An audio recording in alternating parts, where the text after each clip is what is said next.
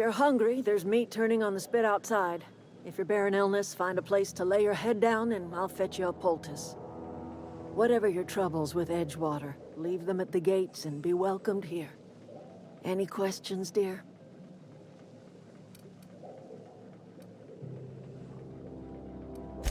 I have been called that, among other things. Green Thumb, grandmother, the strange old lady who keeps flowers. But yes, Adelaide will do just fine. Excuse me, Miss McDevitt? Sorry, it's just... You got such pretty trees in here. Why, thank you. You're Robert's girl, aren't you? I remember when you were but a sprout. Thomas speaks of you often. Are you staying long? You should try some of my tobaccorn tea. I brew it in an old spittoon, but it's been cleaned.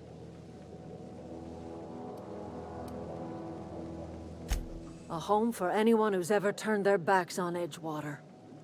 A home for those of us with nowhere left to go and nothing to lose.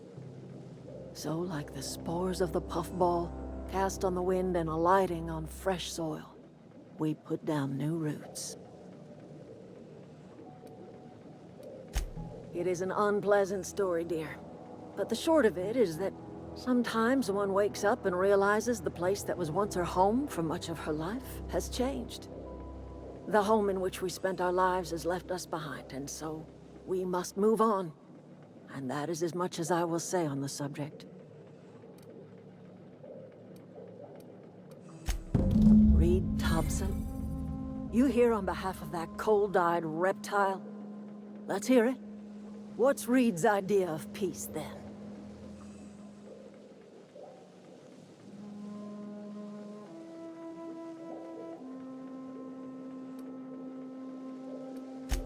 Make amends? Spare me. Only thing Reed knows how to make is a mess. Like everything else that comes out of Edgewater, that peace offering is canned. I and my own are living just fine out here by ourselves.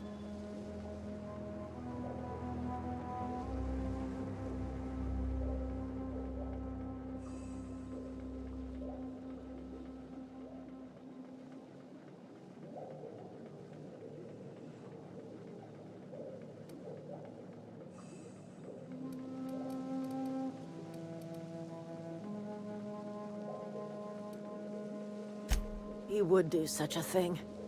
The question is, why would you agree to his plans?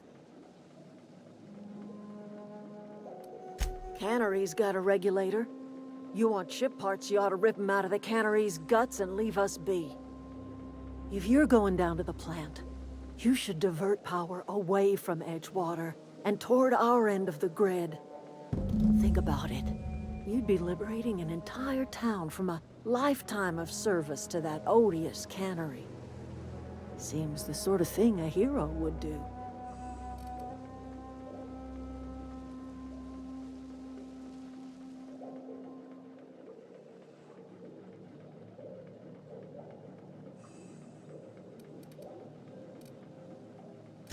A hero to the people who matter. To us. To the ones who come around. To the ones you save. Reed will never understand. He has been too long inebriated on the wine of corporate culture. All he sees is productivity, output, profits.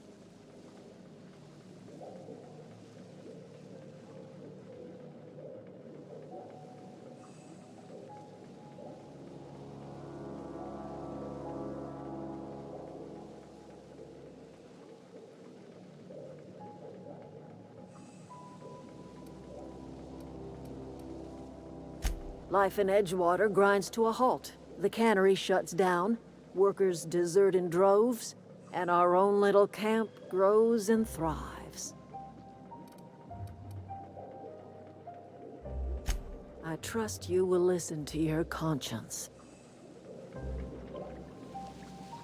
Where are we headed?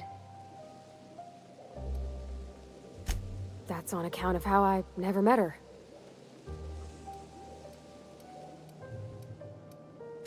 I don't rightly know. She was in another division of the Spacer's Choice family. She worked in the Vale a few months, sorting the cannery computers. Her contract said any kids she had, expected or not, belonged to her office from the time of conception. So when I was born, I got sent here.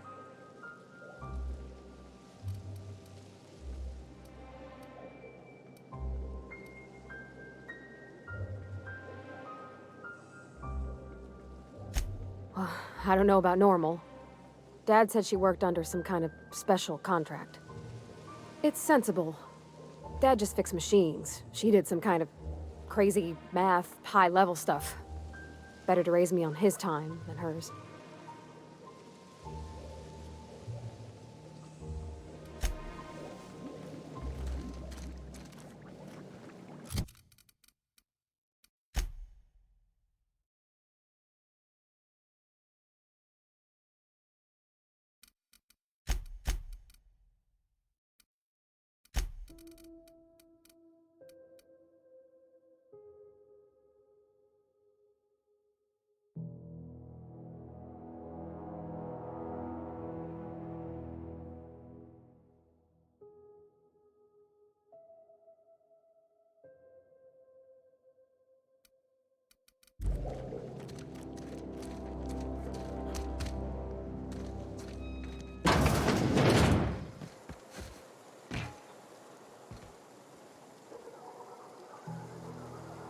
You hungry? We got canid ribs, canid flank, canid snout too. Something I can help you with? Fresh off the limb, and that includes canid meat.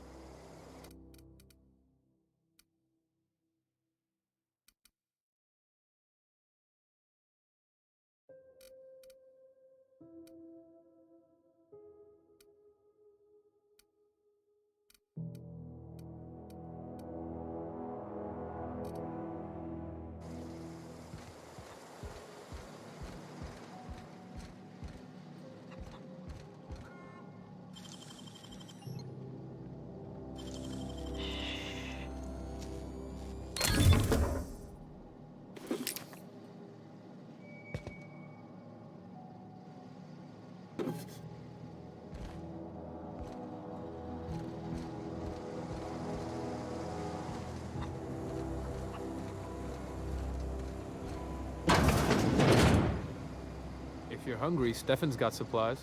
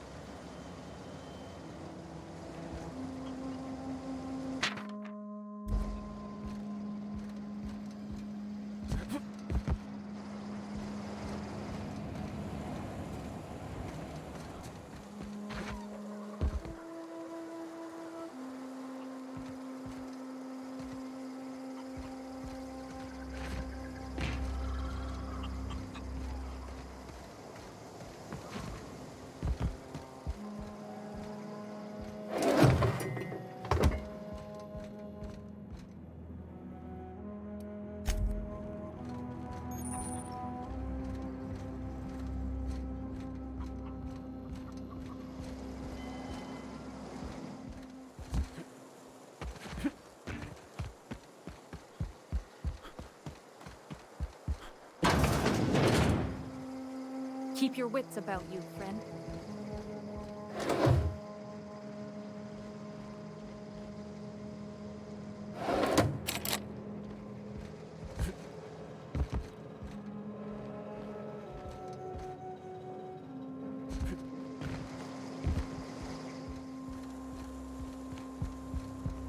Oh, that's Thomas. He used to follow me around before he left the cannery.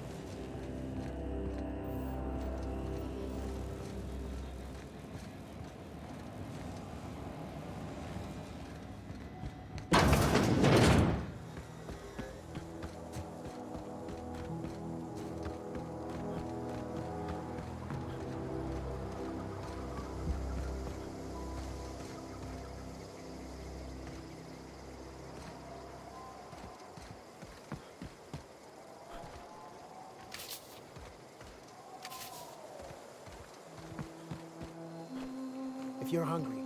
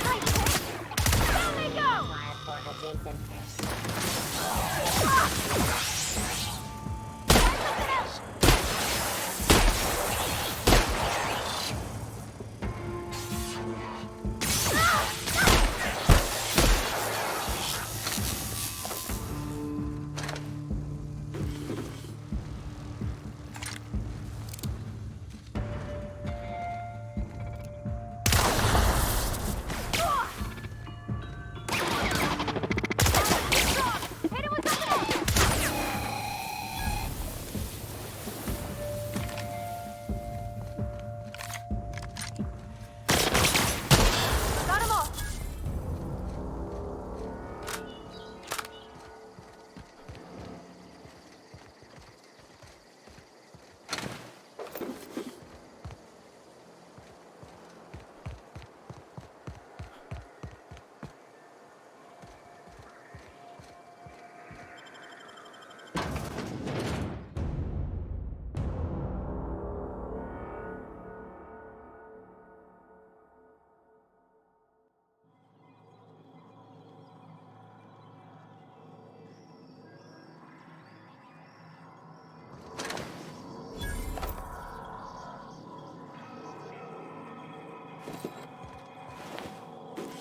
The control room should be off to the right.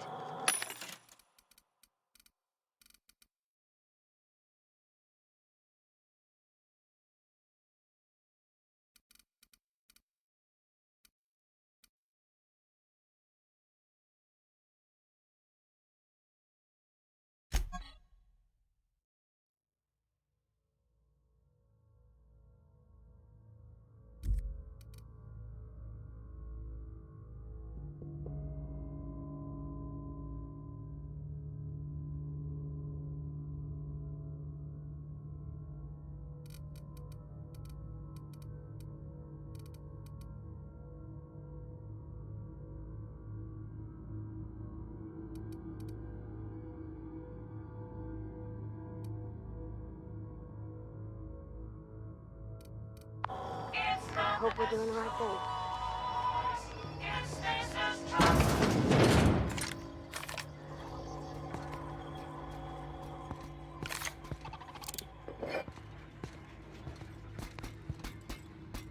Sister.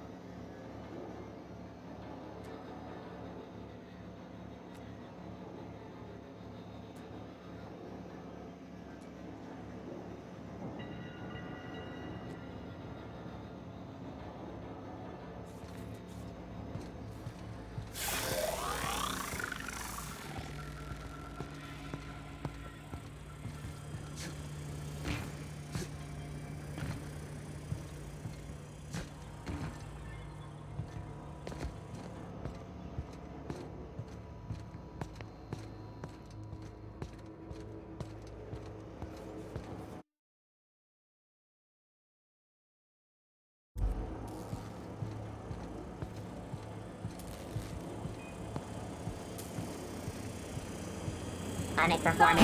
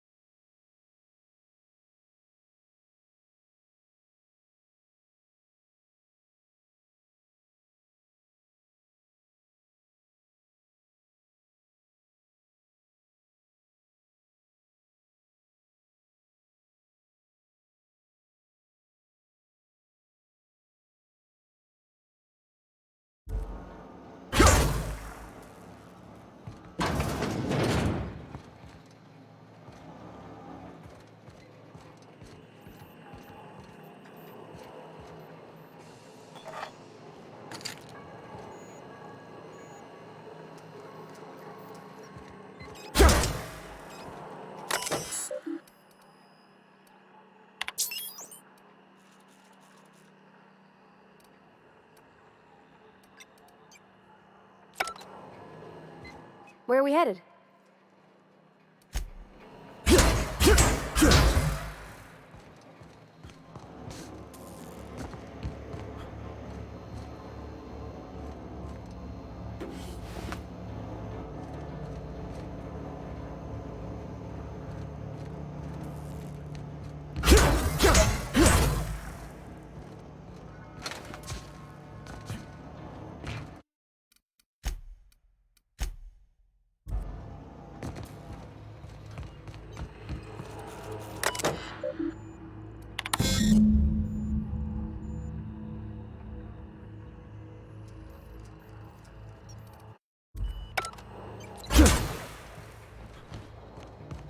Three switches. That'll be easy enough.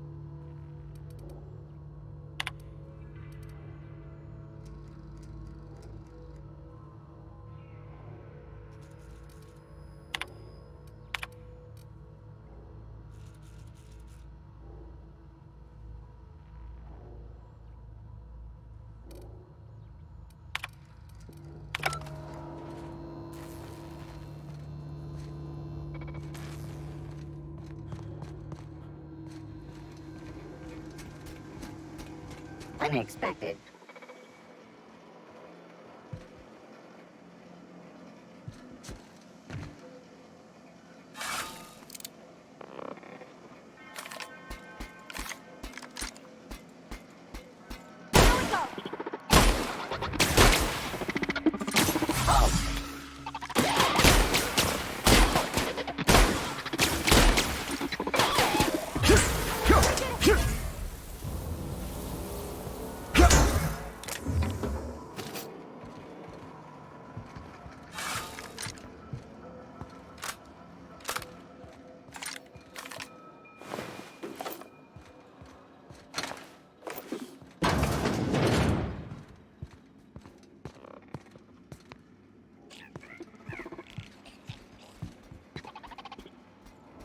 Processing. Required for a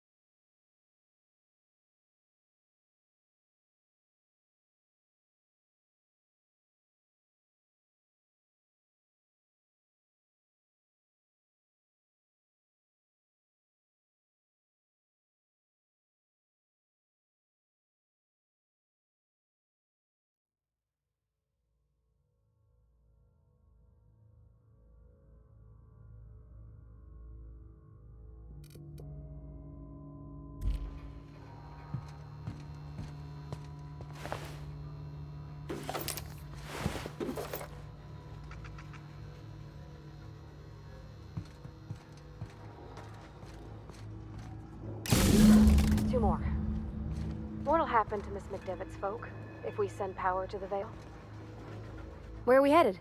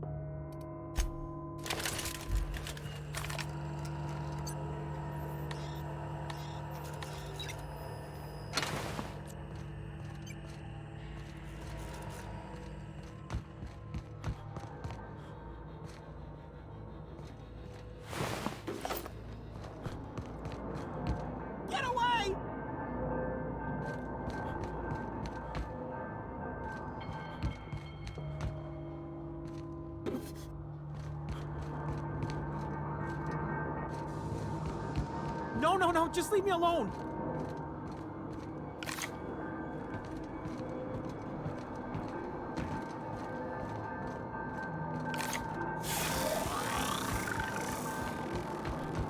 No, just leave me alone!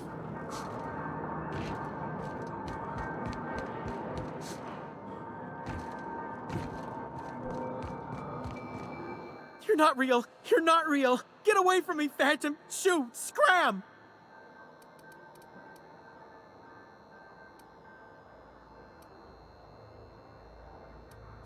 You can talk?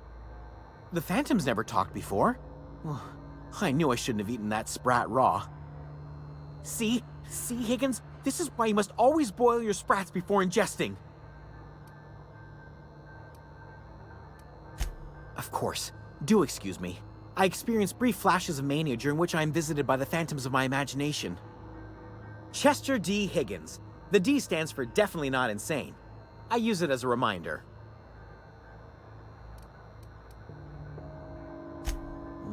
Hard to say.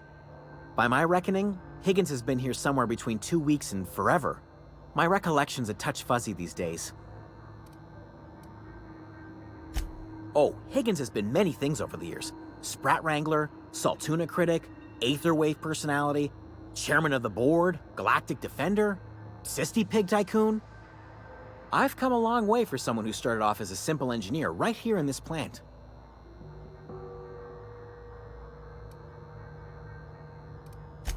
Mechanicals lost their bolts. Opened fire on anything that moved. It was pandemonium. I was on cleaning duty at the time. My old boss had me scrubbing pipes when the killing started. So, as usual, I missed out. I specialized in automechanicals, drones, sentries. Repaired them, maintained, upgraded. Did it all from my old workroom just over in the next section.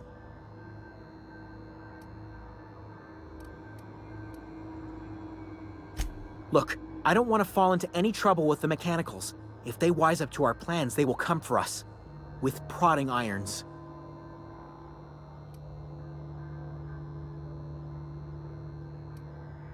You know, you remind me of myself back when I was an intergalactic adventurer. I discovered a flaw. Their hostility levels were hardwired to maximum. There's no changing that, but you could rewrite their targeting protocol so they attack each other instead.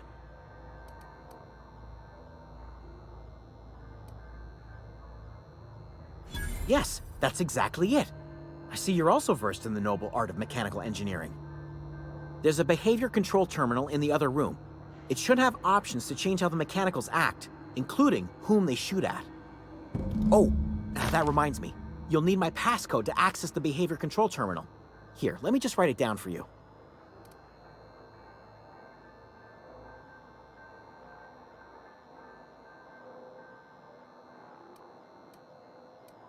The tail.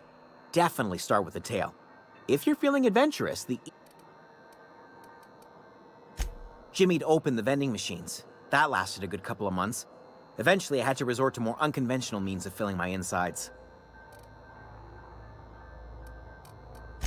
Braised.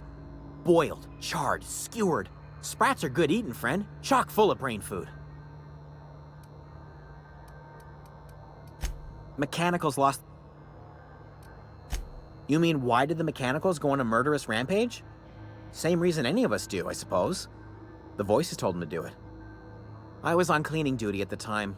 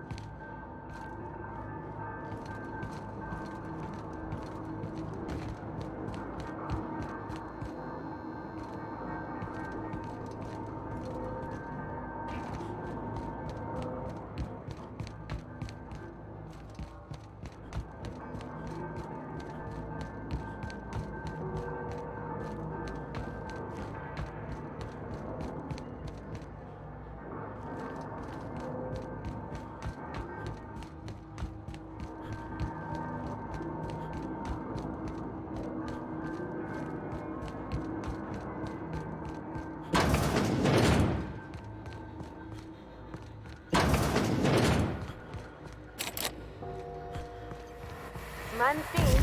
You're liable to get scalded. Unexpected. Incoming!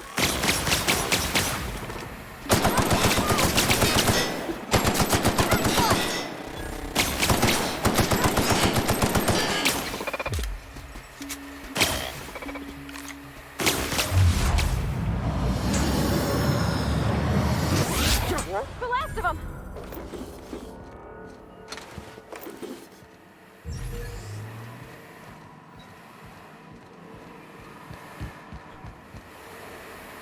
Where'd they go? If we send the power to Miss McDevitt, what happens to the veil?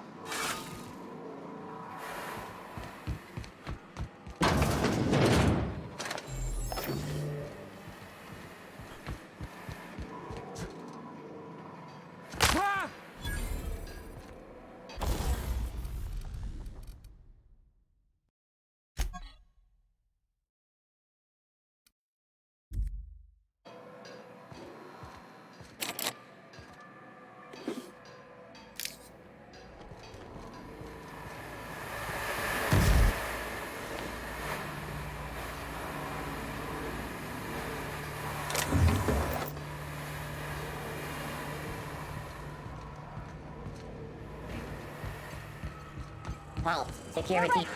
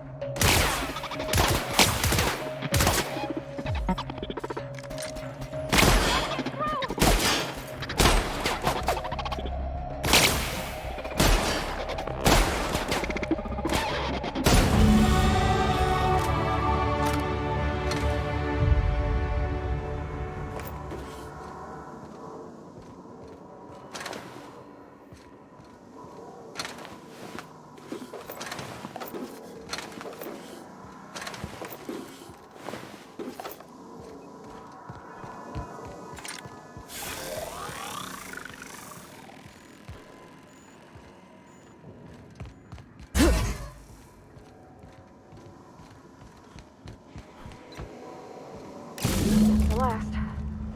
I'm not sure what the right is. Alls I know is the decision's final. Where are we headed?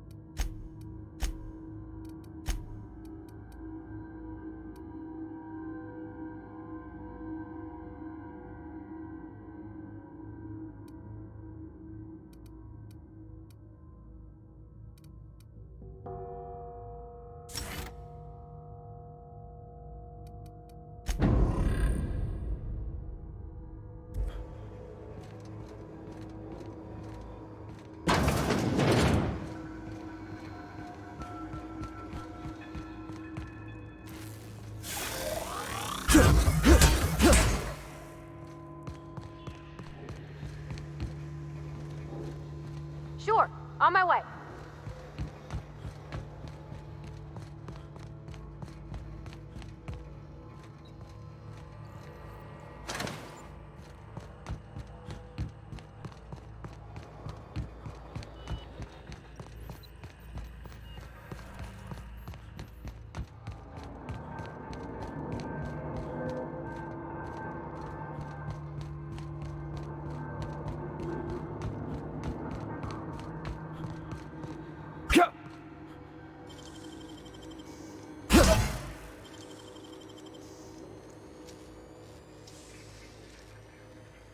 Wish I could do that.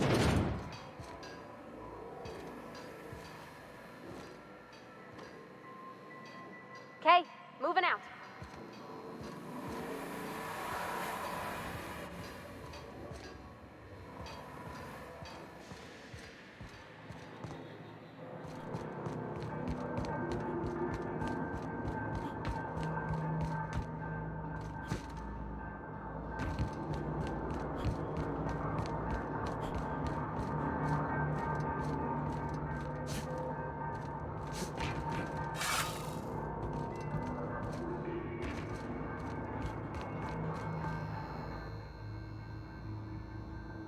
What's eating you? The tail. Forgot what you were gonna say?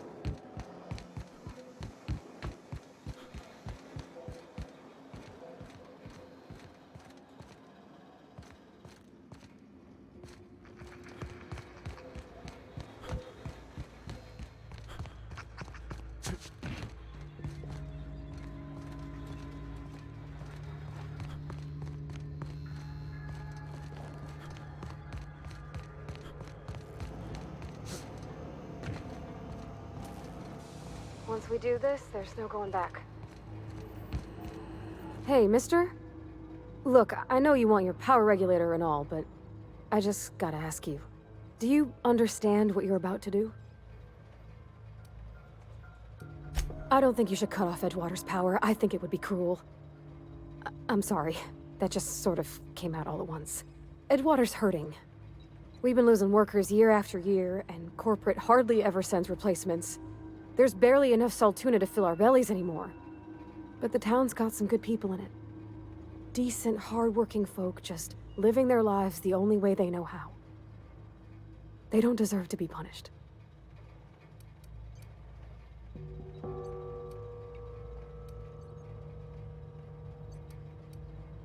Well, that sure sounds like Mr. Thompson. If he was standing here, I imagine he'd remind us of how we're all one big, happy Spacer's Choice family. In Mr. Thompson's eyes, those deserters are still part of the Spacer's Choice family. The family must work together in order to survive. I hate to say it, but I think Mr. Thompson's got a point. Unless those deserters come back, Edgewater's as good as dead. Cutting off their power might be the only way. Sorry, I didn't mean to babble on like that. I felt like I had to say something.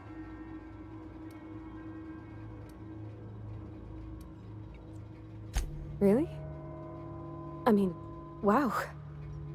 Thanks. No one's ever told me those words in that order.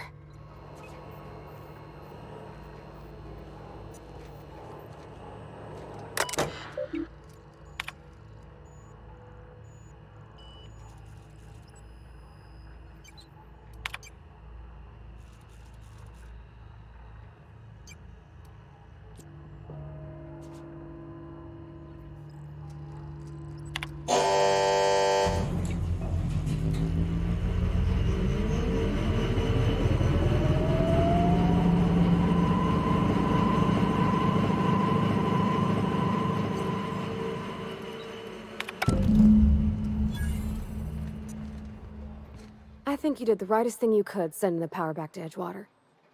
A lot of people would have suffered otherwise. People I care for, even if they don't care much for me.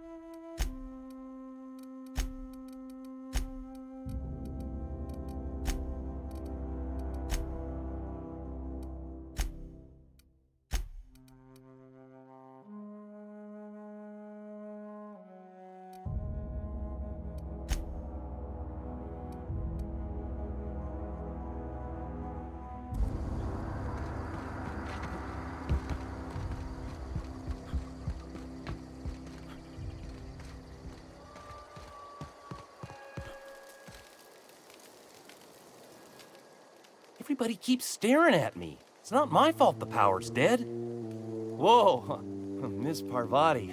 Hey, you're, what, how are you? Hi. Hello.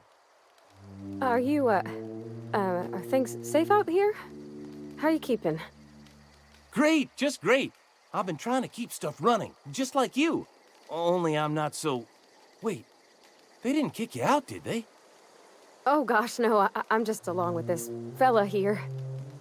I seen you wandering around here. You don't look like you're coming from town. Never heard it phrased in such a way before. I guess we're all trying to get our ships off the ground, ain't we? Sorry, I just wasn't sure if you were from town or if you were one of us. Something's been chewing at me, you see. Fact is, I've been, well, lying. To everybody here. Camp thinks I'm a mechanical genius, but I couldn't fix a busted chair.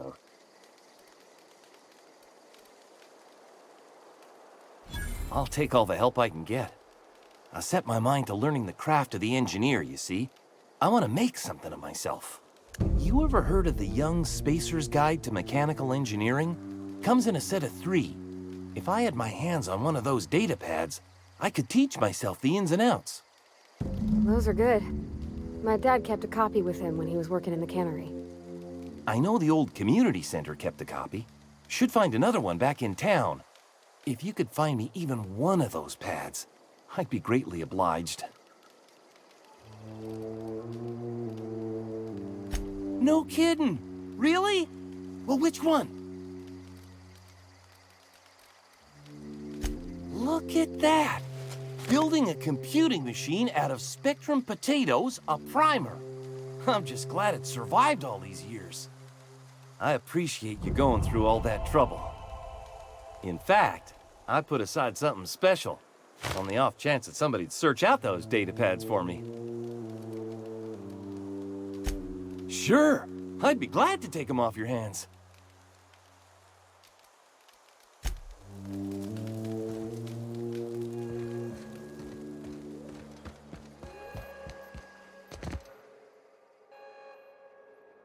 That's the thing about growing old.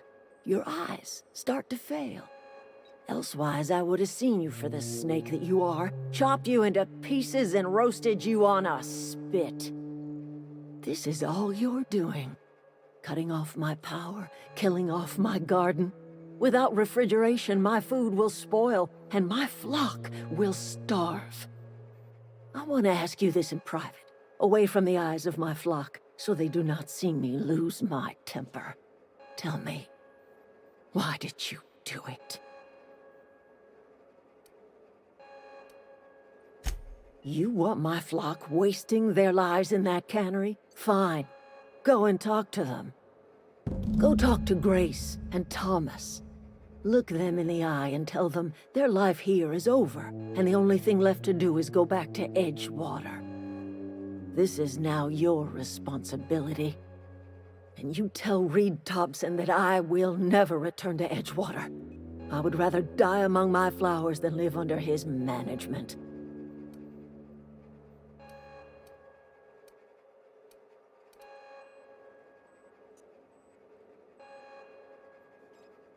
You offering to cross Reed off, huh? This some sort of twisted reparation for what you've done? Or you just looking for a chance to sow some chaos? Kill Reed if you must, or talk him into leaving if you can. He and I are not sharing the same 4 walls together.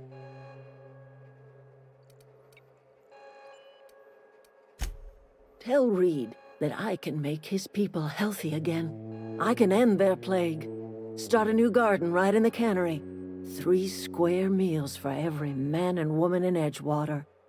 Tell him how I've made the Vale bloom again. The soil has whispered its secrets to me, and I alone know how to breathe life back into the earth. The secret is human corpses. I've been grinding them up in my fertilizer for years. Marauder, worker, don't matter much to me. The human body is rich with nutrients.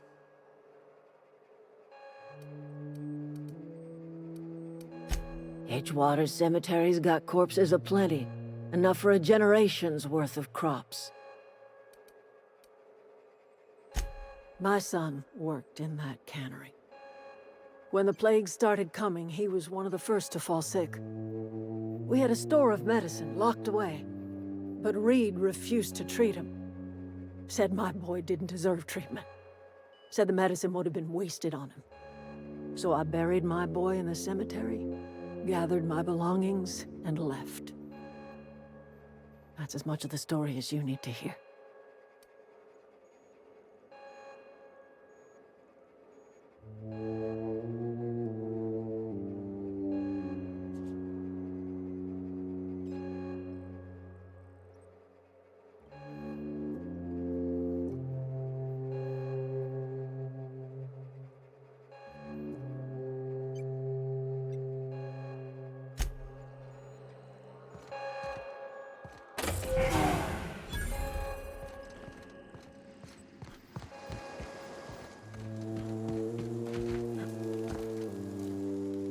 Any luck finding one of those manuals? I've been thinking about going back. I'm not much use to anybody here. I get sick thinking about working at the cannery. I can't do that again. You know something? I think you're right. The town could use another engineer, and I'm on my way to becoming one. I could do a lot of good in Edgewater.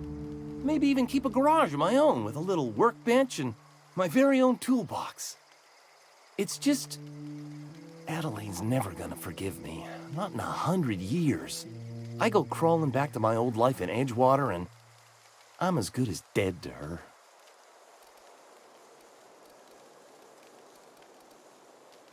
You know where to find me.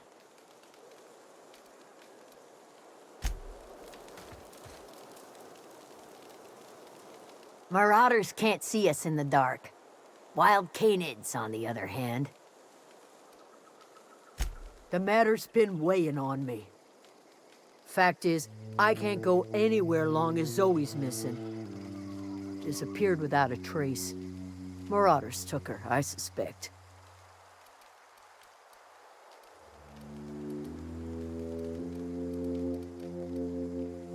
It's not like Zoe to go wandering. Figured she might be out scavenging, but that ain't exactly her talent. Can't imagine where she's gone. Vale's a wide place. She could be anywhere. Could do without the gallows humor. I'll tell you what I can. Vex me. If she told anybody, they ain't telling me. I'd check her room, but I got yelled at for snooping once already. Little ways ago. She was always obsessing over her serial dramas. Wanted to see what the fuss was about. Could be. Dangers aplenty out there. No telling why marauders would steal somebody like Zoe. Got no useful skill as far as I could tell. Marauder gang just moved into the districts a little ways east. Their numbers are growing. Gotta come from somewhere. Well, enough to know we never got on. Zoe and Stefan were close. If anybody knows the workings of her mind, he does. What is it?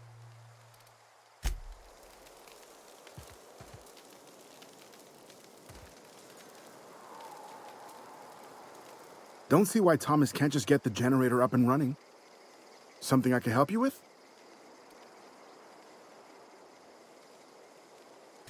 You mean Zoe? Yeah, we were pretty close. Not like her to go loping off.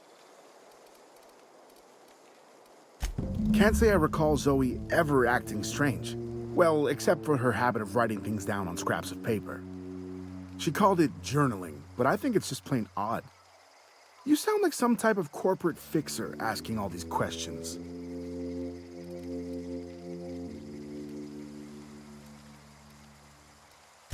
Zoe was always obsessed with this serial. Masked Marketeer. A scion of Byzantium turns to banditry and teaches his marauder companions the wisdom of free market economics.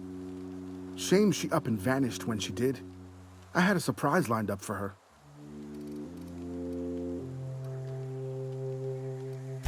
The other day, I got my hands on a genuine copy of the latest Masked Marketeer. I was gonna surprise Zoe with it, but she was gone the next day. Zoe and I were gonna watch the serials, as is our custom. She never turned up. I looked around, but she was nowhere to be found.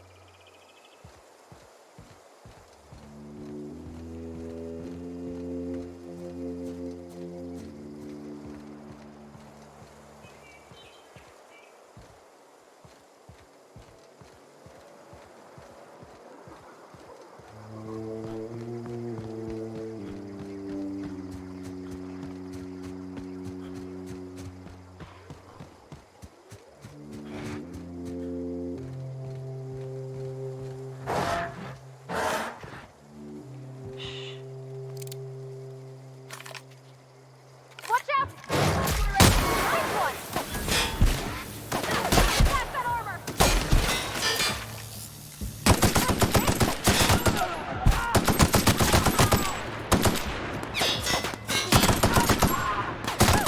We made it!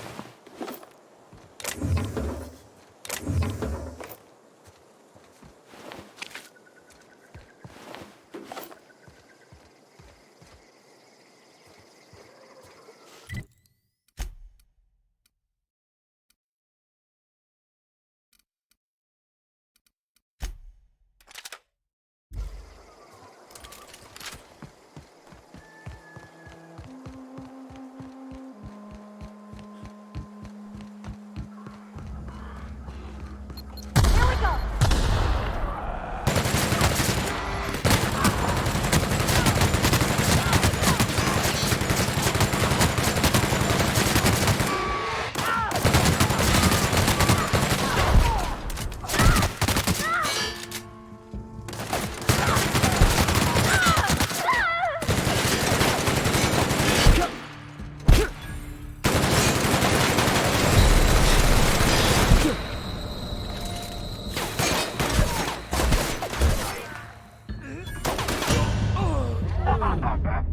Fresh meat.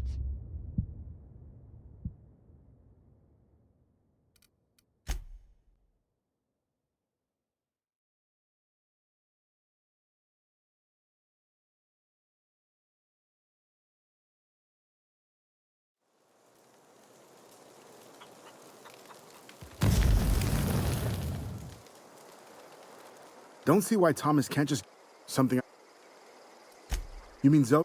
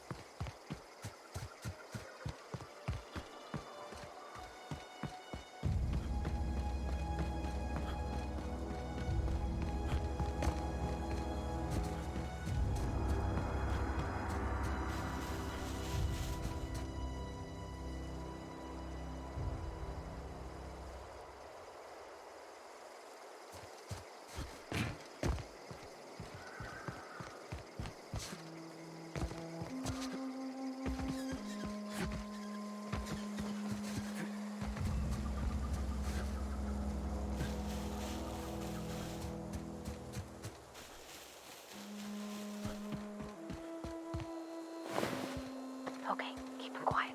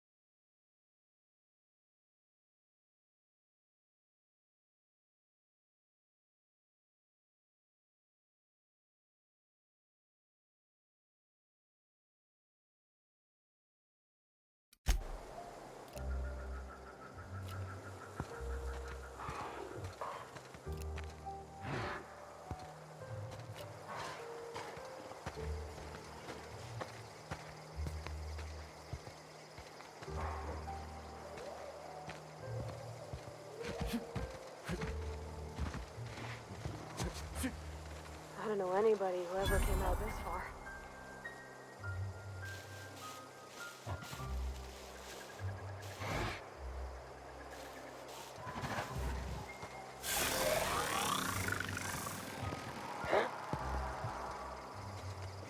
Come out and play!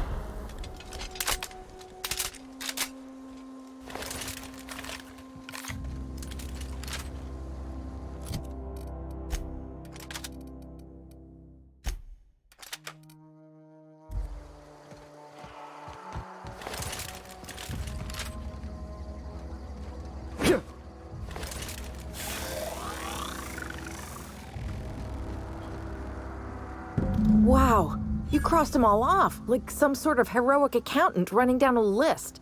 Teach me your ways.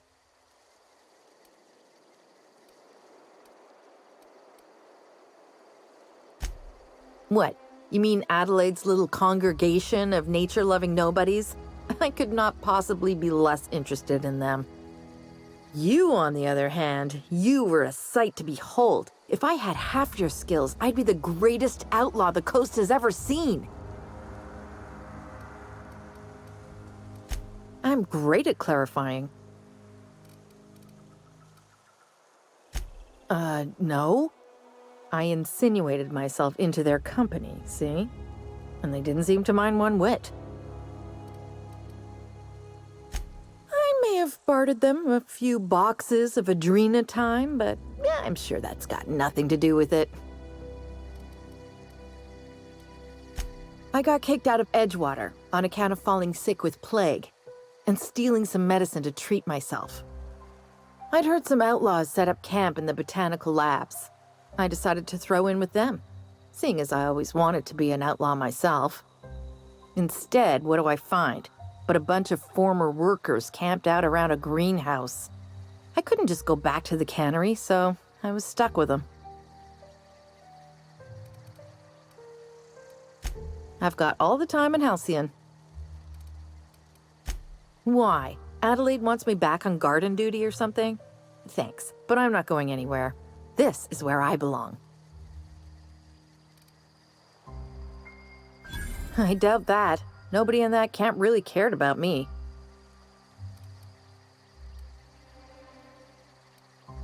Yeah, I suppose you're right. Also, he could carry on a conversation, unlike these hooligans. I'll take my stuff and head on back, I suppose. Grace is gonna be glaring knives at me, so I've got that to look forward to.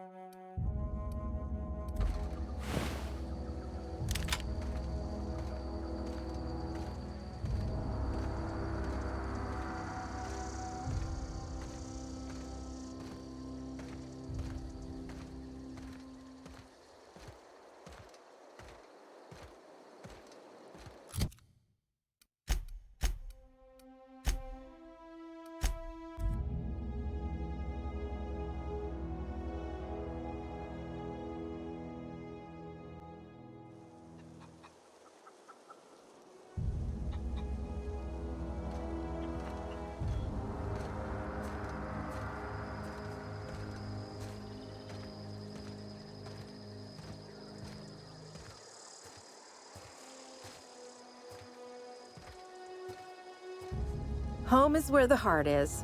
Marauders took that saying a little too literally.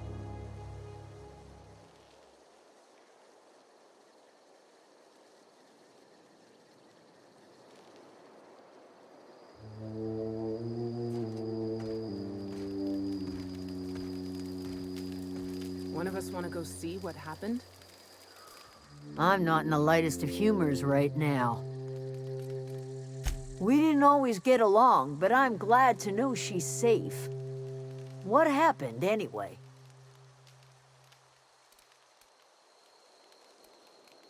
Zoe joined up with a band of marauders. Zoe. The same Zoe who doesn't know a barrel from a trigger. Well, I've heard stranger things. You pretty much did my job for me.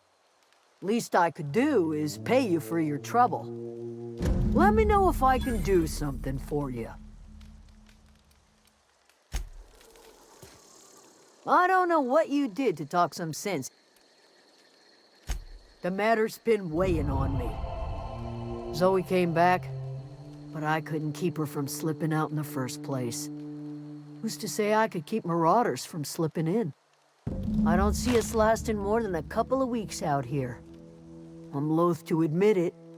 We're gonna have to make our peace with Topson and hope he takes us back.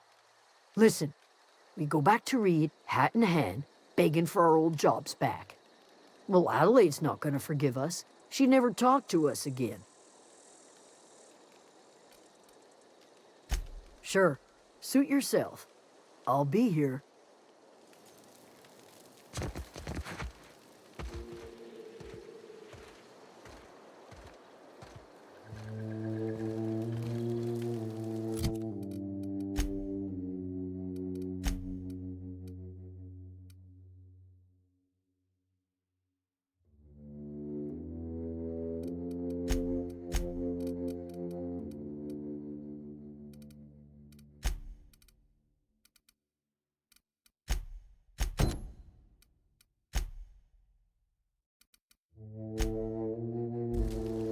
What happened? Sprat fell into a transformer again? I know, I'm trying to think. Zoe says she fought her way out of a marauder camp with her own bare hands. Nothing. With the power gone, we've got to conserve our supplies.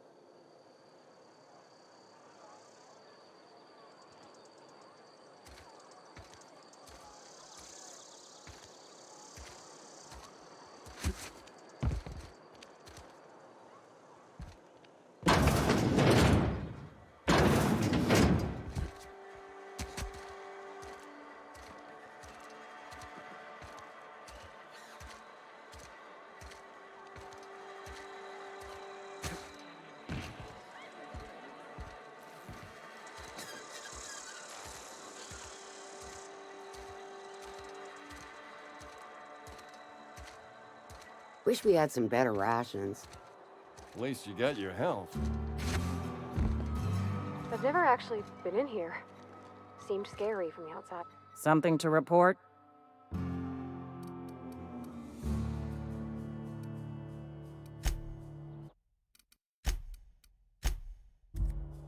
Something to report? Anthracillin, huh? That's an anti-Cleo product. I appreciate your vigilance on behalf of Spacer's Choice. I'll make sure this medicine goes to where it's most needed. Sealed, packaged, and delivered to a Spacer's Choice storage facility. Standard procedure for contraband, you see. Medical treatment by Anti-Cleo's products is strictly prohibited under Spacer's Choice company policy. I distribute this medicine to our workers, and we're all complicit in a crime.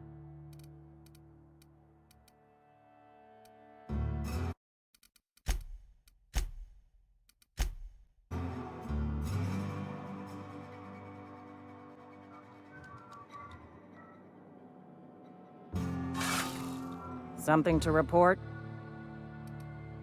We pay by the finger. What do you have for me? Gil Antrim. Real name, Guillaume. Duly processed by a freelancer on behalf of Spacer's Choice. I remember him. He was just a kid last I saw him. Shame. I'll just need your signature here, here, here, here, and here. Got any more fingers for me?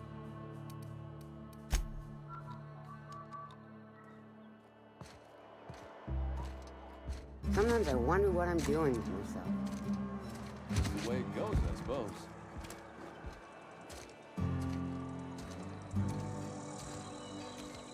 This is where the magic happens. Well, science. But it still happens here. Got it.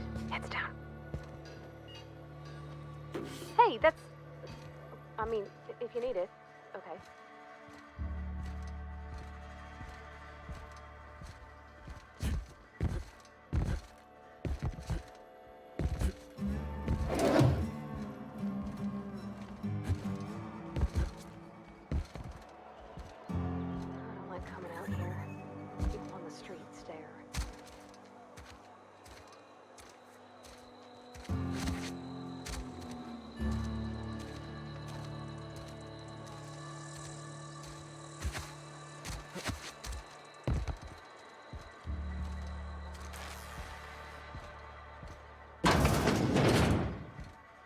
You wanna mingle, go try the cantina.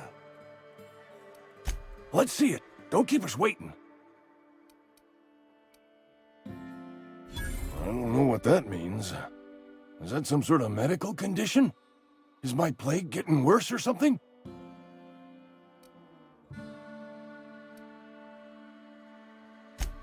You're right, it is. Can't blame a mercenary for trying to make a profit. You wanna mingle, go Sweet life-giving nostrum. The first hit's always the best. Scratched together all the bits I had around the domicile. It ain't as much as you deserve, but it's all I got.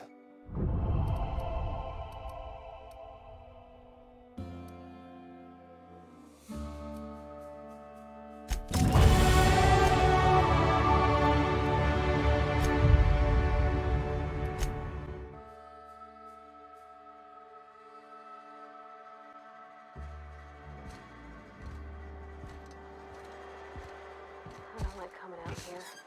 People on the street stare.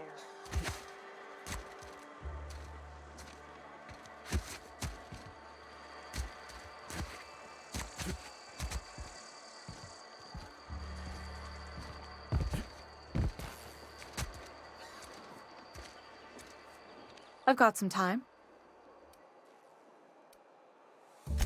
Thanks. I'll see to it that this medicine gets to the people who need it. Here, something for your trouble. Nothing personal, but I hope we never do business together again. Don't want to make a habit of consorting with smuggler types.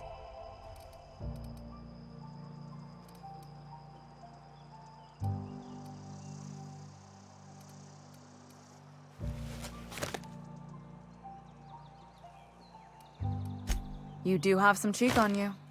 Lucky for you, I kept a little contingency fee in case you tried to negotiate with me. Somebody deserving. Silas on account of him being out in the cold. Amelia seeing how she's around people all the time. Anybody in the sick room?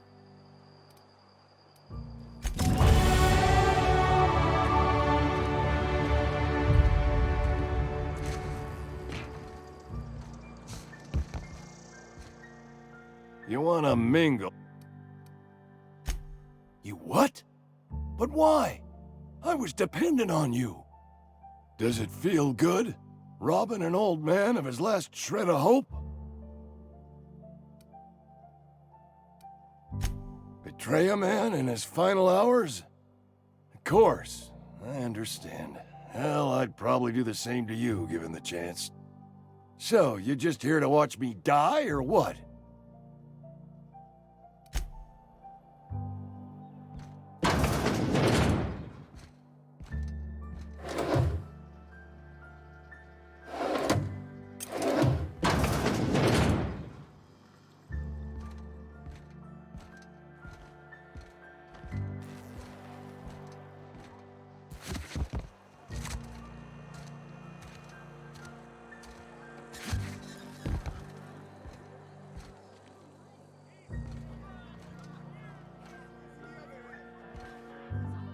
Oh, I almost forgot.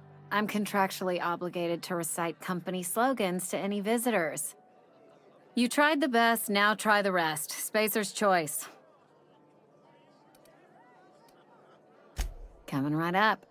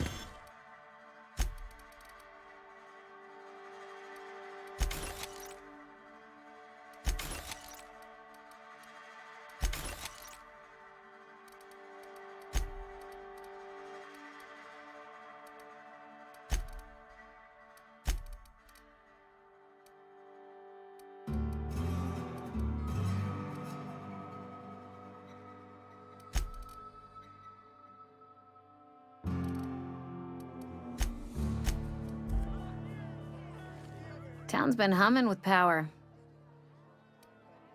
Coming right up.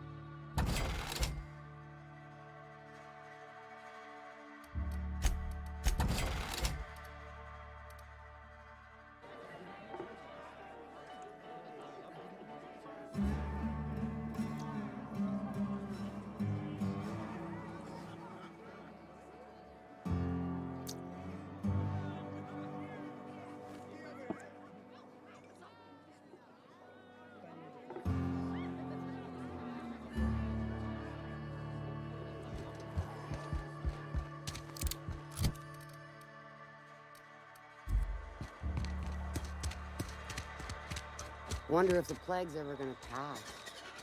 Just keep working.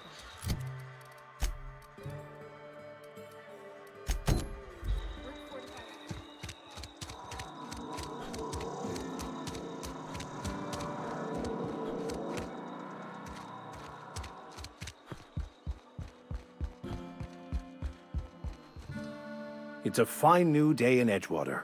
The cannery hums, streetlights and faces glow. I suppose this means the two of you were able to sort out the matter?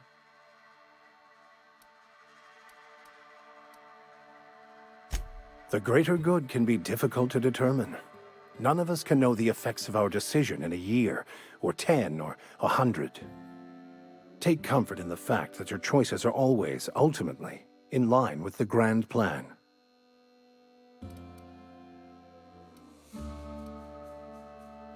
From our own graveyard, just outside the gates. And Silas had not even an inkling. What do they pay the man for? He spends all day digging graves, Vicar. Sir. Sometimes he's got to sleep. Yes, of course. My reaction was unreasonable. I'd need to give it careful consideration before answering. If it does improve the soil, it would seem to be a benefit overall. Once the spark of life is fled, the mortal form is but unanimated matter, comprised of the same elements as the rest of the universe.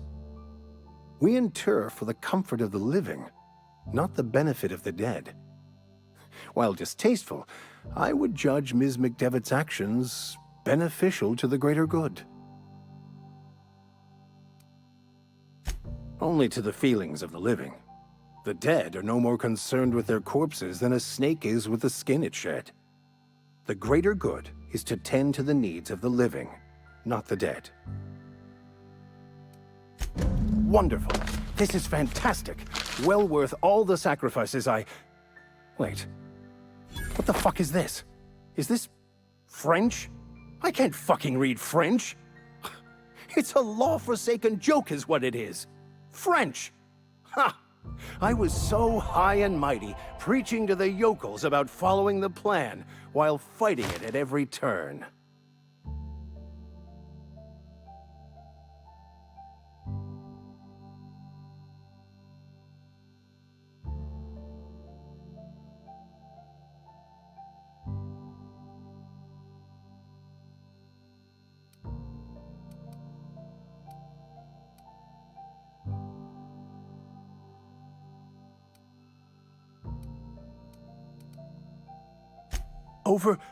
Overreacting? Do you have any idea how many years I spent in... No.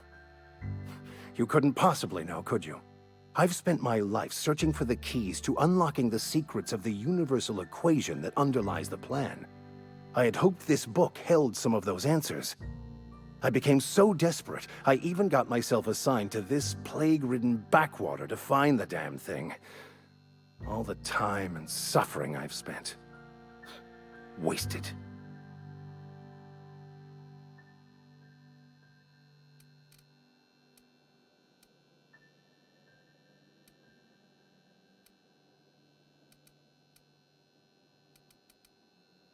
Please, those dolts?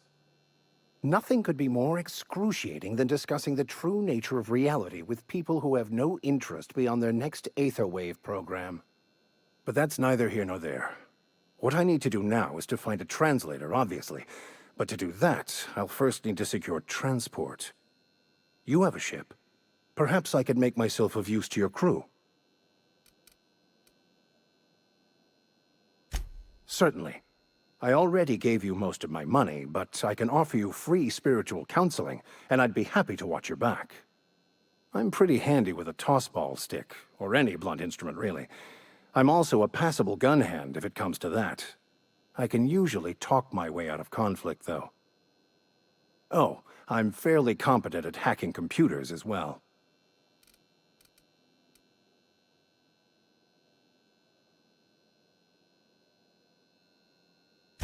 Well, understanding computers is, though I admit I took it further than most. And I was quite the 32nd back during my seminary days. Left many an opponent bleeding on the field. Of course, I'm a vicar who is dedicated to his calling. More dedicated than any other you'll find in this colony. I joined the OSI to help decipher the grand plan. But instead, I ended up the vicar in a prison due to ignorance and politics. Then I came here. Satisfied?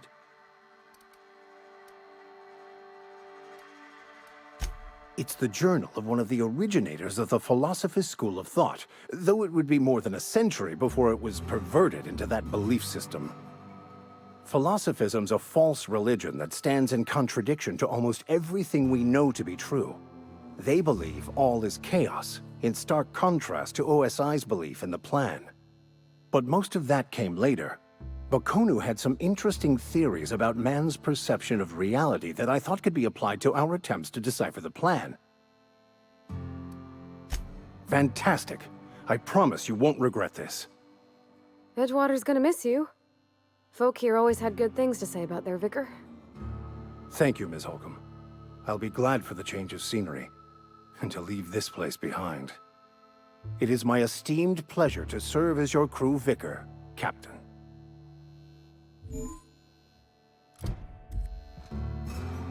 As always, I am at your disposal. Anything you'd like to discuss?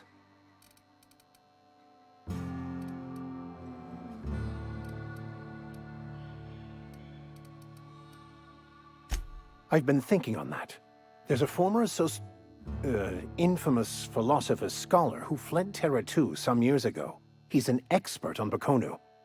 He's also who told me of the journal's presence in Emerald Vale.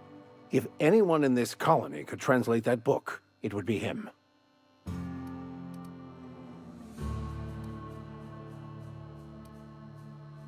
That's a good question. We should start on the Groundbreaker.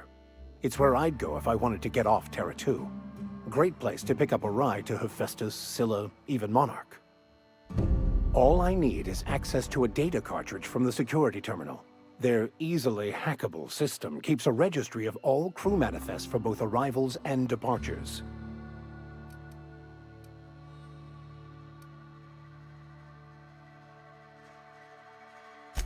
Before I transferred to Edgewater, I had a wealth of time to develop certain, secular skills during my years serving a particular penitentiary flock. I meditated, led sermons, provided guidance to the inmates as needed, of course. I also played prison yard tossball and taught myself a bit about computronic security systems. Thank you, Captain.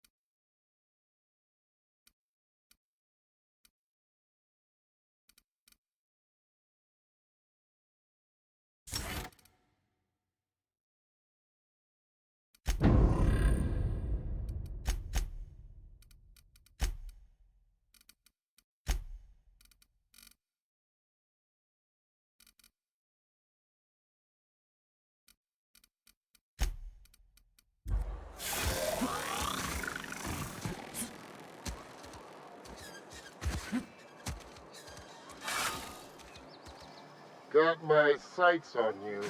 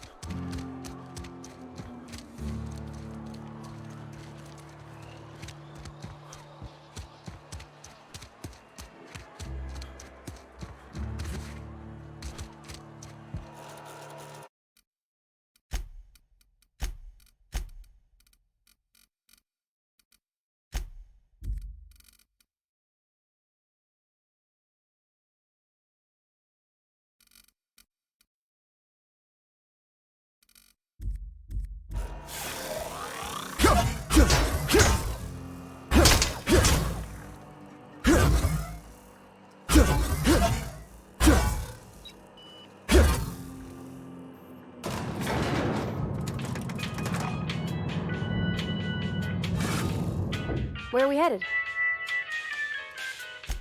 He's just interested in fixing stuff. He always used to follow me around, asking me to explain what I was doing. Like a puppy, kinda. I'm just glad he's alive. That he's okay. I mean, when Mr. Thompson said he was fired, we all expected the worst. If he wants to learn about engineering, we should help him get those data pads he wants. I'd like to do that for him. This is a fine day, friend. Power flows through our town like a cool stream of water. I trust Adelaide's people have seen their way to reason. So, when can I expect them back at their posts?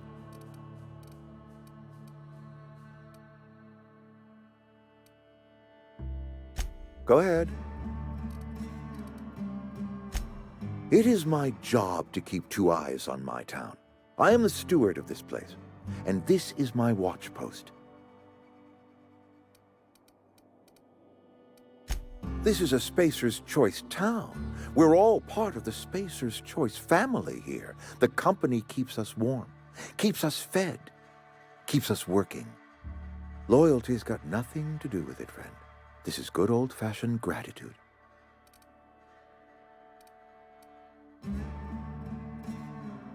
Go ahead.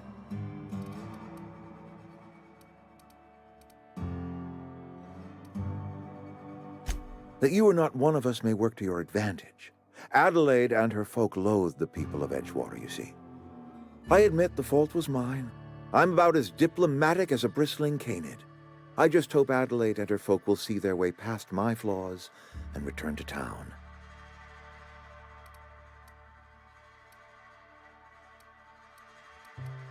Scripture tells us we all have our purpose in the world. Our work shows us that purpose. We should not have to move on from it. Yes, we have lost good workers to desertion. We have lost even more to plague. But it is why we must square our shoulders and carry on. Losing Adelaide was the hardest. She was our only flavor specialist. When she walked away, I knew we were in trouble. Spacer's Choice Saltuna is renowned across the system for its quality flavors and additives. We used to sell citrus-flavored Saltuna in our heyday. Ever since Adelaide left, we have been reduced to selling unflavored and spearmint. Go ahead.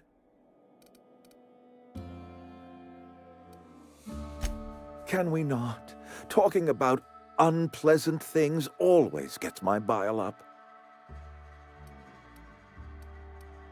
Show up to work, put in your hours, wear a smile. Problems of the body come from problems of the spirit. Work improves the spirit and fortifies the body.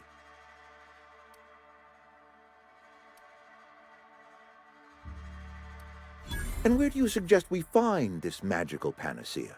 Can we pan for medicine in the stream? Medicine is a rare and precious commodity. If you demonstrate you have earned the right to be treated, you will be treated. Otherwise, you must heal yourself. If I had enough medicine to treat everyone who fell sick, I would, but I don't. I can't save everyone. So I have to choose. It is not easy for me, and the moment it becomes easy is the moment I am no longer fit to serve. Spacer's Choice is a family, and the survival of the family is more important than the survival of the individual. That I cannot say. There was no moment when the plagues began. Disease always lurks on the fringes of society, waiting to infect the idle and the lethargic. But in the last 10 years, the plagues have become progressively worse and increasingly frequent.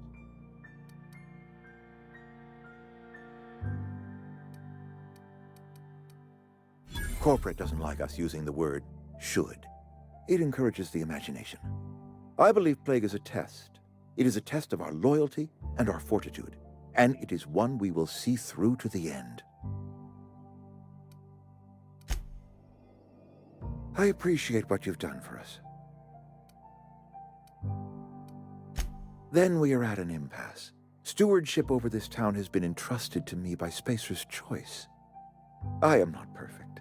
I have made my share of mistakes, but I have done my best for this town.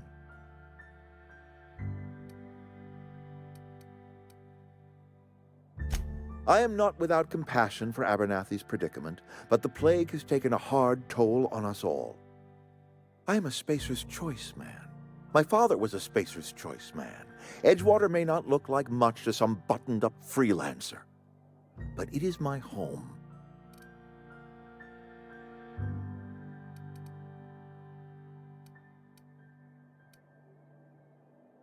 I don't believe you. Plague's a reality of life. Best treatment is a good work ethic.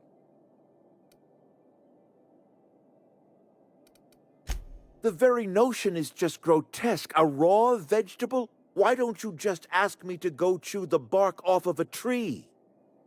We are a Spacer's Choice Saltuna cannery. We eat Saltuna here, and only Saltuna.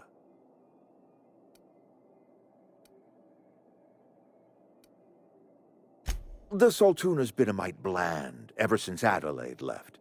And we don't get as much Saltuna these days, so we've had to improvise to meet quotas.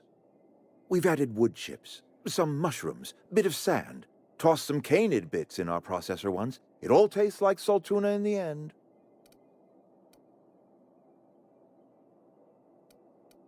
Health is a state of mind, friend. Afflictions in one's body are reflections of afflictions in one's work ethic and attitude. Now listen, I do not know what pretty rhetoric Adelaide has fed you, but plagues are a simple fact of life.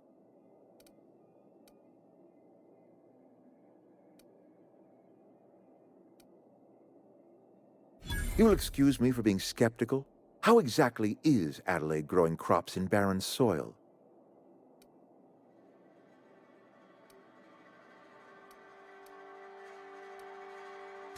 Adelaide has been using dead bodies in her fertilizer? That's... Come to think of it, that's a stroke of brilliance. What a remarkably efficient solution. Recycling Spacer's Choice property long after its date of expiration. I was wondering about those missing bodies in Silas's cemetery.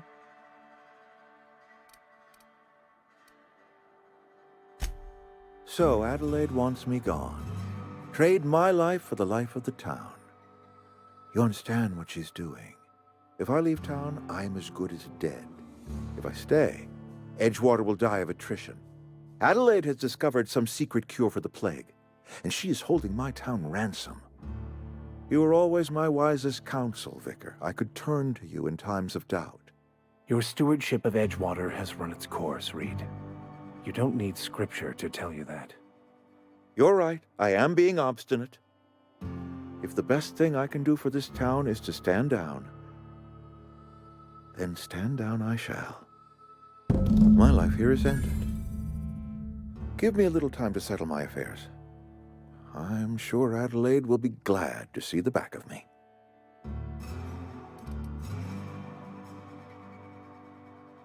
I do. Adelaide's found a cure for the plague, and she knows how to tend to crop. She's what this town needs.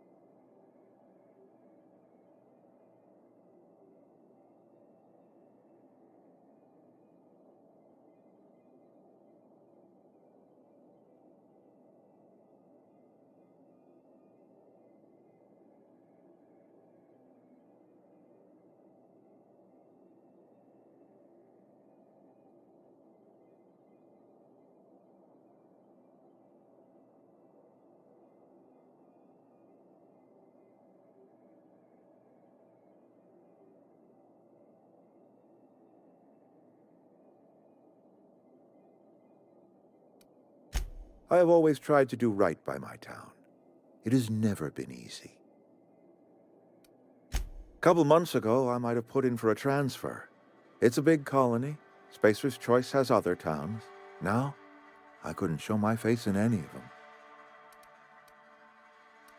No such thing as an honorable resignation.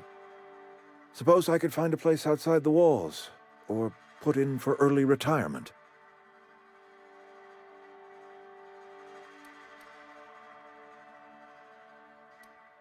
I don't know. I could see myself lasting a week.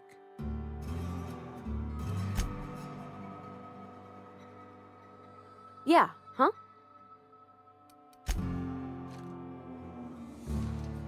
I find myself marveling at the complex simplicity of the Fibonacci spiral. I'm sure you know what that's like. Something vexing you, Captain?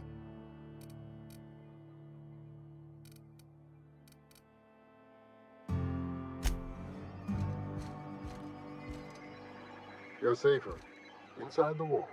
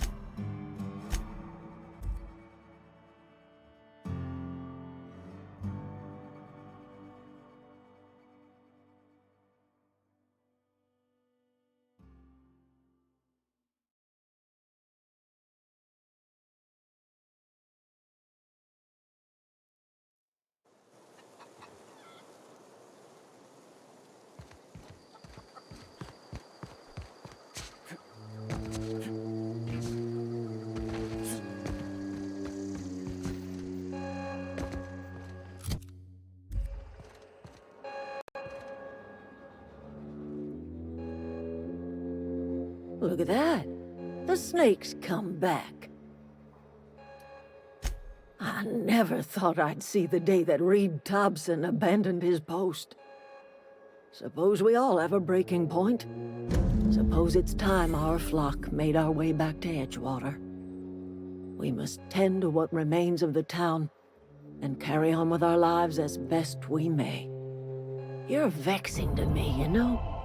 Injuring us with one hand, helping us with the other. Here, I'm giving you something to leave us be. It's a ransom, you understand, not a reward.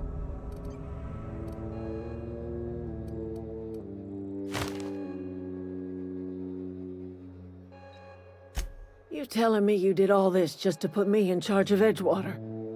Stranger, you are some kind of twisted. I might turn that old cannery into a garden. Got ourselves a whole cemetery bursting with bodies. I need some time to gather my personals. Long walk back to Edgewater. Got a considerable burden to carry.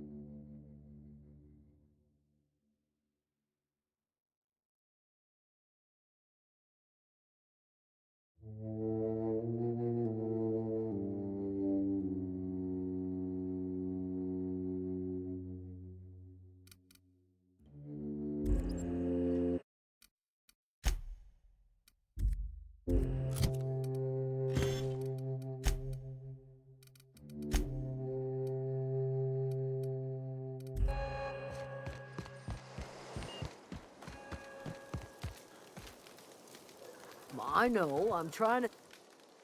I'm not in the lightest of Didn't think she'd go back so long as Reed was still running the place.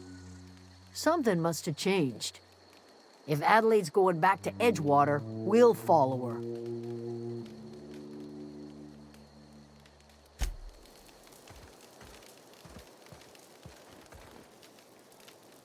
Got my sights. Standing around the campfire is nice and all. Something I can help you with?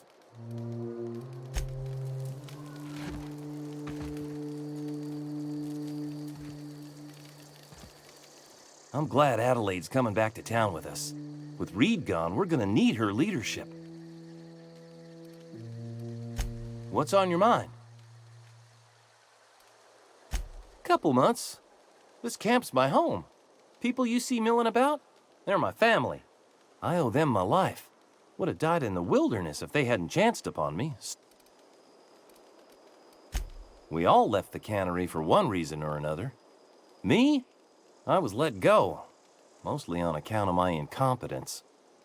I mean, I was incompetent. I couldn't even survive on my own. Grace found me, Adelaide took me in, I've been on my feet ever since.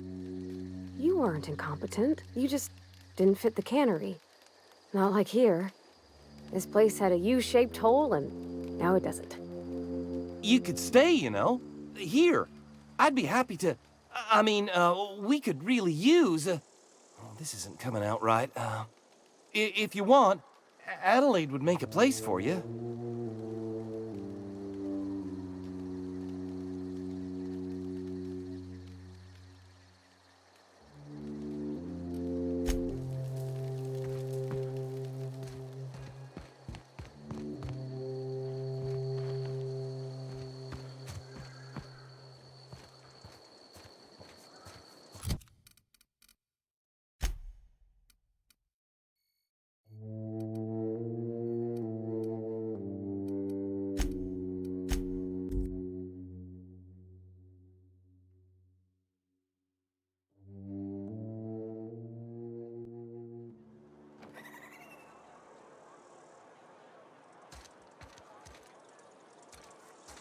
That was a good thing you did, Captain. Helping to bring the deserters and Edgewater folks back together. I hope you rest well on that.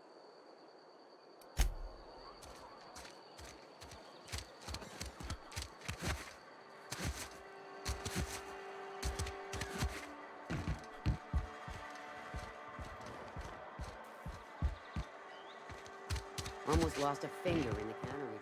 Vale's a little safer.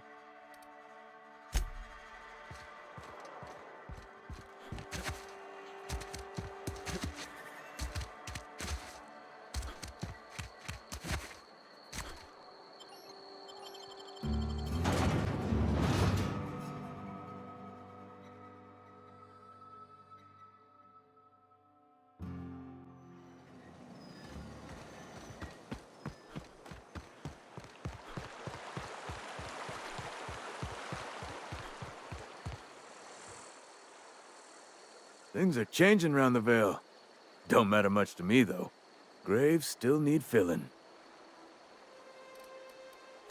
Yeah? What about him?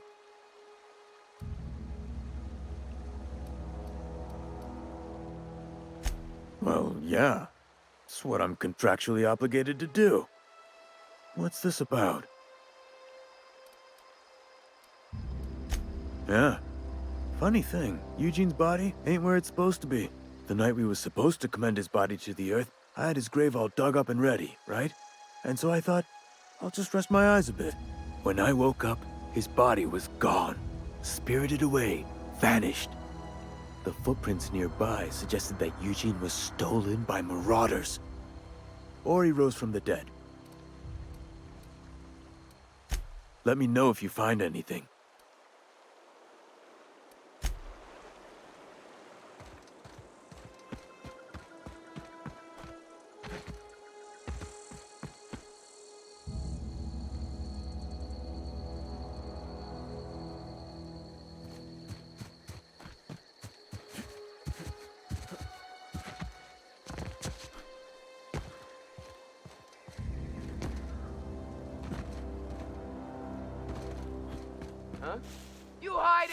can handle this.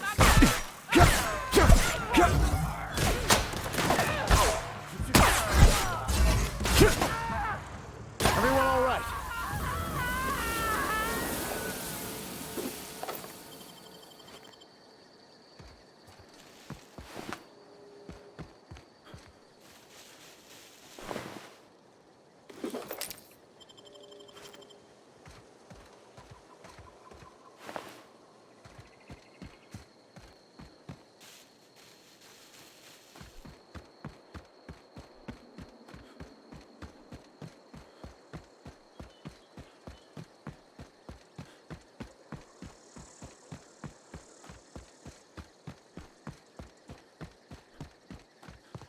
Is this your ship? Oh my stars, she is just so handsome! Does she have a name yet? What's her drive model? Oh, gosh. Listen to me babbling. When I was in Edgewater, I dreamed of flying on a real ship. Working on a real engine. Belonging to a proper crew. I'm the only decent mechanic Edgewater's got, but every time I think of going back, I get this sinking feeling. Well, it's kind of you to say that. And you're right. I wasn't happy. I want to ask you something, and you can say no. But can I come with you? I could tend to your engine. I know my G-valves from my catalyzers, and I can keep your ship singing. And if you ever need a pair of eyes watching your back, I can do that too. What do you think?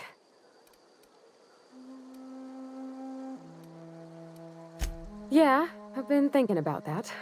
Edgewater was on the verge of collapse before you showed up. You sent them power, and now the town might see another season. And you talked Miss McDevitt into coming back to town. Maybe one day, Edgewater will have a garden where that cannery once stood. You ain't exactly a stranger anymore.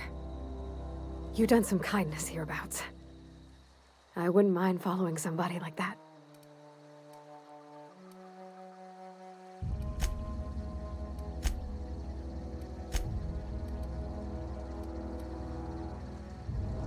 Yes! I mean, thanks. You won't regret this, mister. Captain. I can call you Captain now. Ha! I got a captain.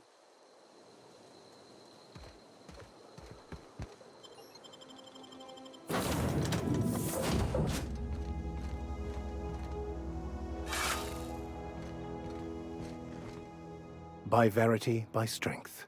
What are we contemplating today?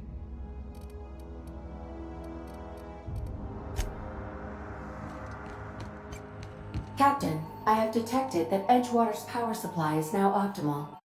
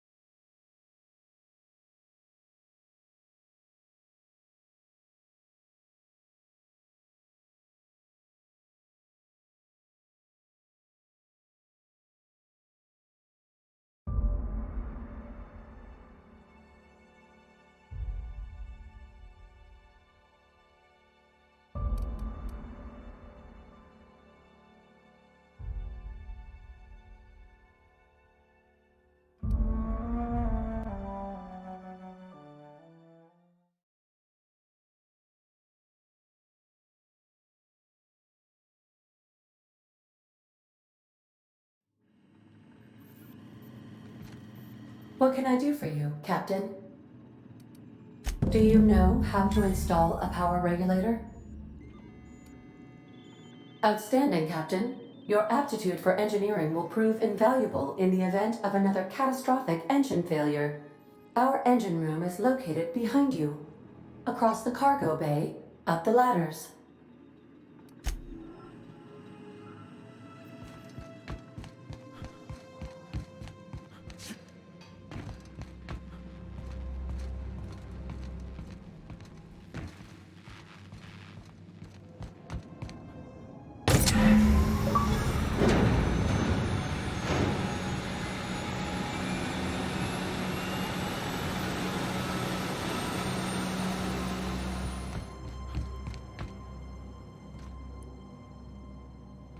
Sure.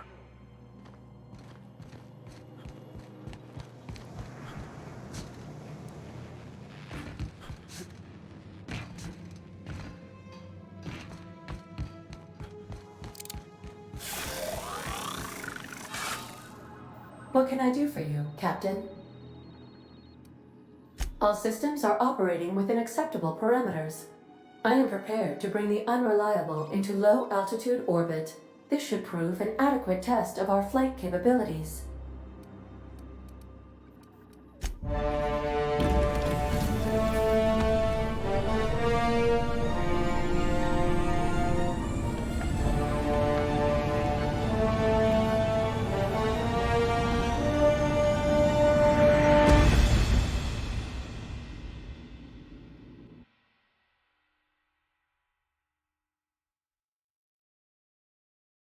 We have received a communication request from Dr. Phineas Wells.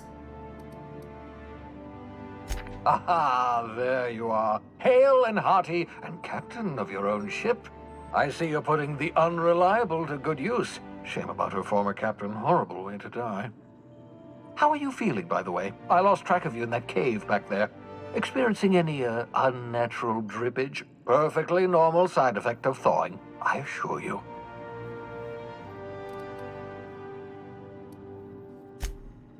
Oh, yes, that's probably permanent. I wouldn't worry about it, though. I'm sure you're fine. What you saw in Emerald Vale is happening all across the colony. Food shortages, lack of supplies, and basic necessities. We're dying. The chairman, the minister, and all their lackeys on the board are to blame. The Hope has some of the brightest minds Earth ever sent us. If we can revive the Hope's colonists, they can help us undo the board's mistakes. They can help us set things right. You need to get to Stellar Bay on Monarch. I have contacts there. They'll help me, help us, find the chemicals to revive your fellow colonists. Gladys Culkelly, lovely woman, runs a cozy little black marketing outfit on the Groundbreaker. She can get you a nav key to land on Stellar Bay.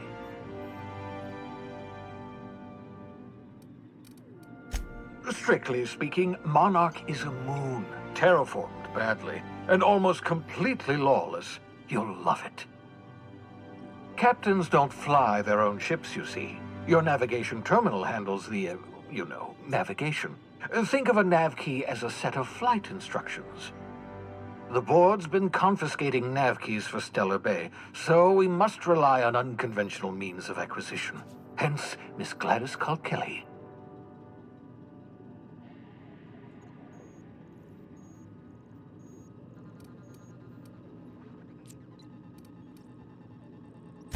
Without a skip drive, good luck. You'll be dead before you make it to the nearest star. Look, I admire your optimism, but the sad truth is you're stuck here. You, me, and the rest of this colony. We're all skating precariously around the edge of oblivion together. None of us are leaving Halcyon alive, so we may as well make it a better place, and we can start by reviving the Hope. Gladys and I have been doing business for years. Her smuggling credentials are unimpeachable. If anyone can get you a key to Monarch, it's her.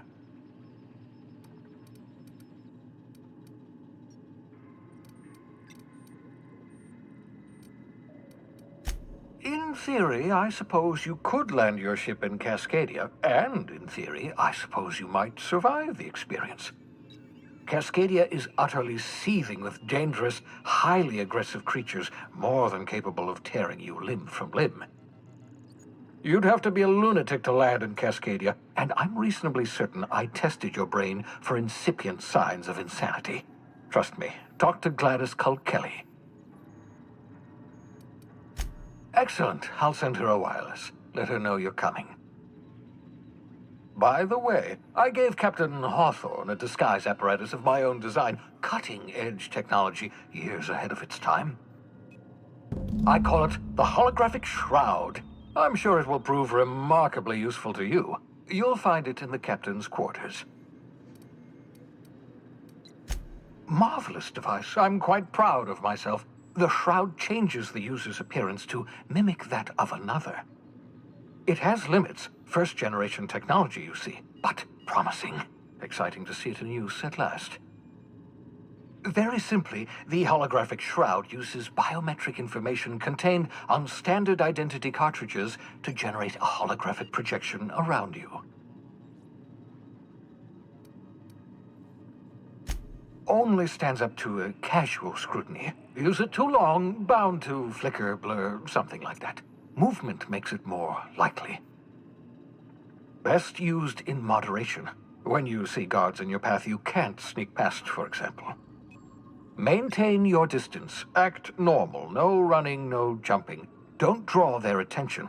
If they pay attention, they're more likely to notice flaws in the hologram.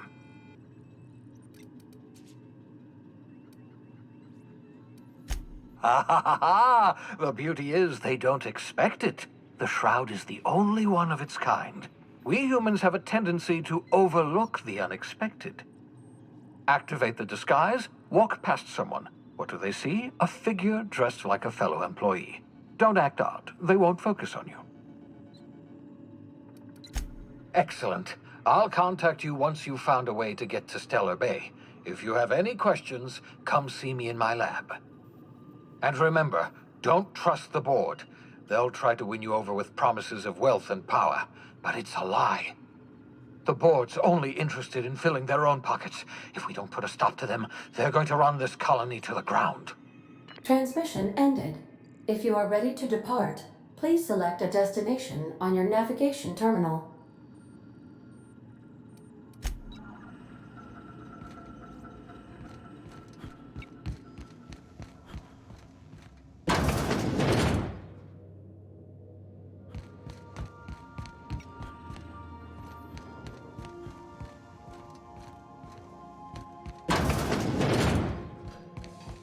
Yeah, so this is my hidey spot now. I was looking for a place that was quiet. I figured the kitchen would be louder than the hold, so here I am. Cozy-like, ain't it? That's in pretty good shape considering how hard Mr. Hawthorne ran it. It's a Yakita LHA 120, A2 model, I'm pretty sure. The Block 2 design scooshed in extra cargo space but didn't change the stock engines. Probably a touch underpowered, huh? Accurate in all particulars. I conclude you are Edgewater's board-certified mechanic.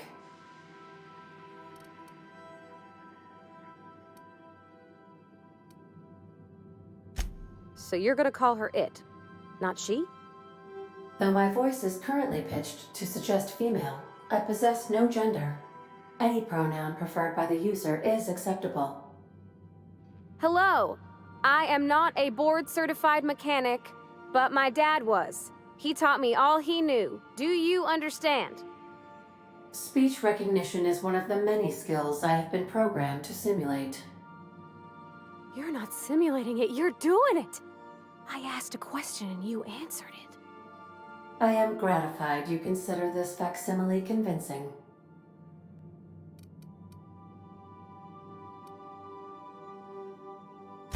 I am at your disposal, Ms. Parvati. You will find the technical schematics in the engineer's locker, though I'm afraid Captain Hawthorne has lost the owner's manual. I don't see any holes in the hull. I'll take a good squint at her, make sure everything's tip-top. But I think we're cooking with plasma torches. You can do that, you know. My dad taught me how to make grilled cheese sandwiches with a plasma torch.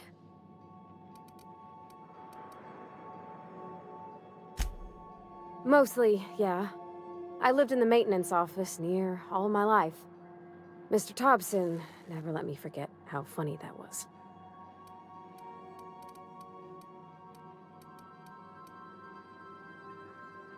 Not on the regular. Once in a great long while, a Saltuna boat would break down on the pad. He'd always bring me along for those. Mostly he did the same as me. Kept Bess, the cannery, running. Turned loaders, plumbing and electricity, some plastering. I never got the hang of that.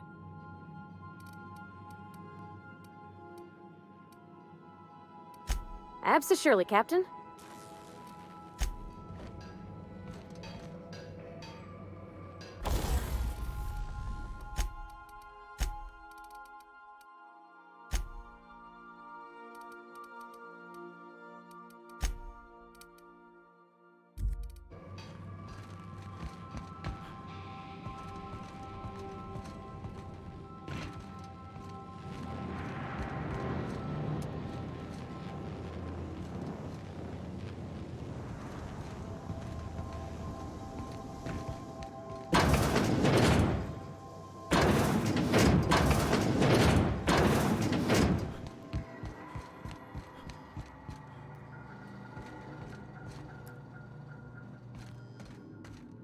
By verity, by strength.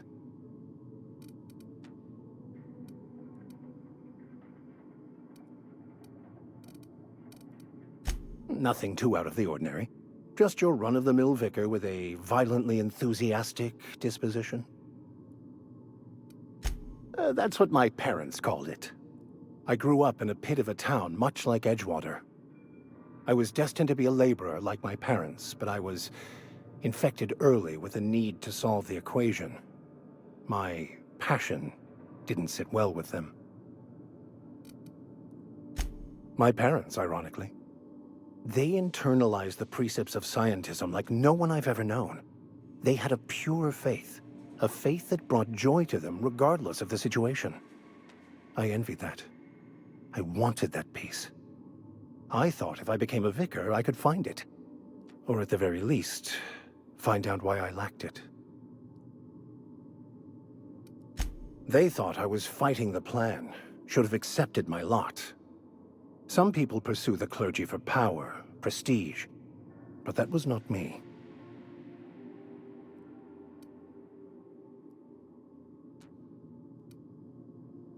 The plan is not one rigid path. There are a variety of multitudes contained within it. Our paths have variance, but we'll end up adhering to it, whether we like it or not. Some choices make the path smoother, some rougher. You can even go outside the lines, but the further outside you go, it's like an unbreakable elastic band. It will only stretch so far before it snaps back. The further it is stretched, the more violent the eventual correction.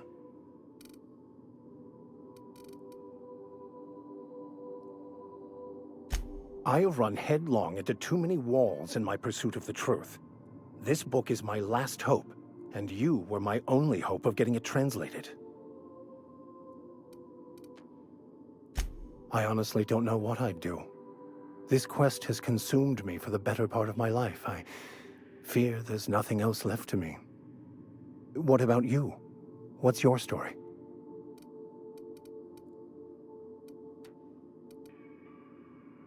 And how did he do that?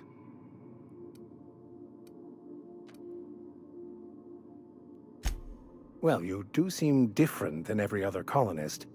Let's pretend for the moment I believe you. What are you going to do now? That seems a dangerous proposition. Why risk your life now that it's been returned to you?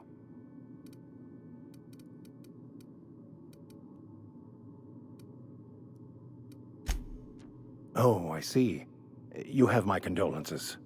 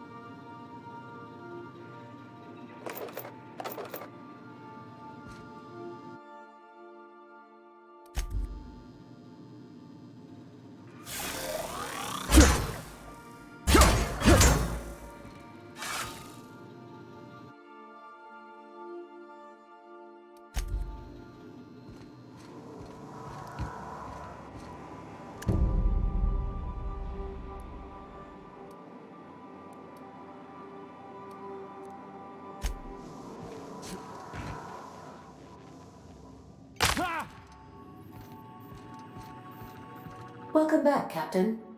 How can I be of assistance?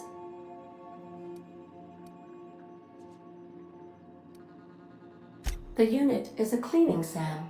Hawthorne brought it on board some cycles ago, I'm sure with the intent to modify it, but I've never seen it up and running. Alex likely recorded progress notes detailing his efforts to modify SAM.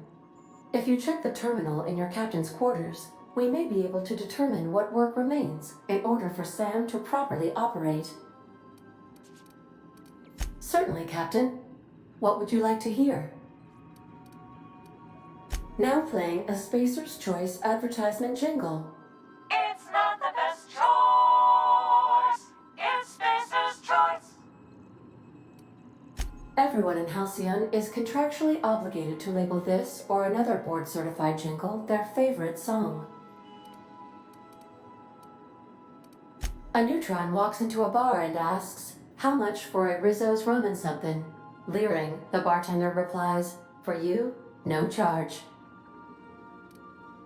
As you wish, Captain. I must comply with all direct orders. What part of the colony would you like to discuss? Ah, yes. As Dr. Wells is a wanted outlaw, he built his laboratory into an asteroid. Orbital destinations can be challenging to land on. His more so than most. There is a bounty on his head, one with a markedly high reward amount. Shall I engage the laser weapons system? A sensible choice, as we do not have any laser weapons. The outlaw scientist known as Dr. Phineas V. Wells has taken a measure of precautions to make the lab undetectable to those hunting him. Even knowing the location, my systems resist my orders to go where I instruct them.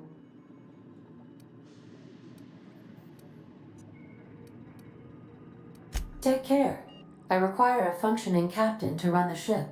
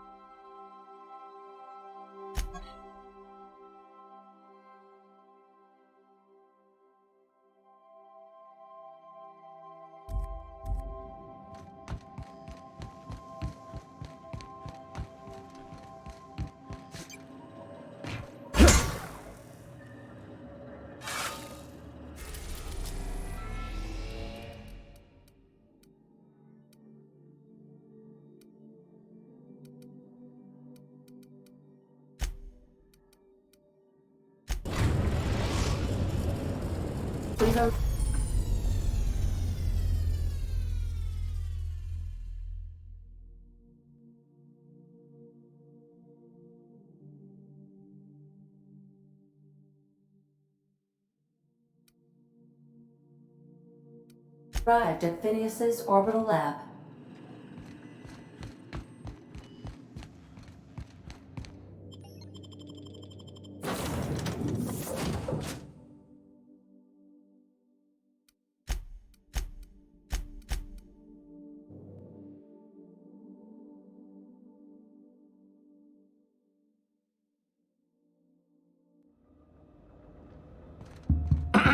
Hello? Can you hear me? Does this work?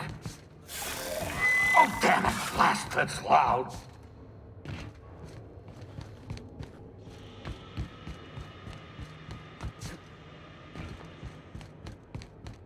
I'm just securing my ongoing experiments. And securing myself.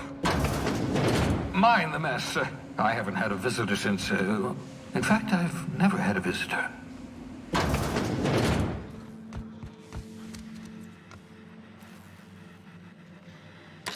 Oh, thank the law. Your skin hasn't spontaneously changed color. Potential side effect of the revival process. Very rare, but you never know. Right. Welcome to my little habitation, such as it is. I've got caffeinoids, cysty bits, if you're into that sort of thing. So, welcome. Make yourself at home. My secret hideout is your secret hideout.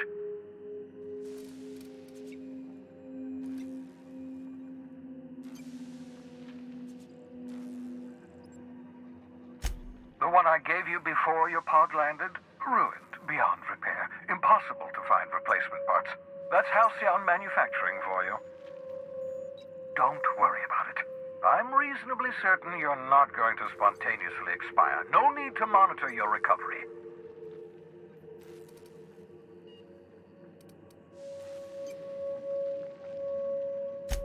Not at all, my intrepid accomplice.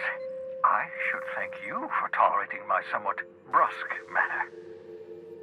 I only regret that I couldn't save more of your fellow settlers, what with being hunted by the board, and emptying my supply of necessary chemicals. Of course. What's on your mind?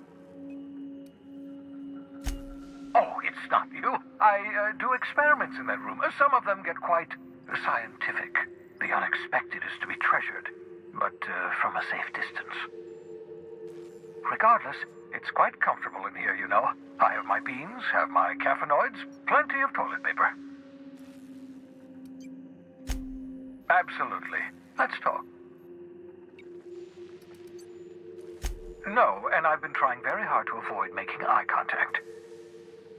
Ah, the wanted criminal himself. Pleased to make your acquaintance. Wait, not another word. I don't want to know your name. I don't want to know who you are. Let's just enjoy our plausible deniability while it lasts, shall we? Why don't you just invite the entire colony to my secret, carefully concealed laboratory? It isn't as if I wanted privacy.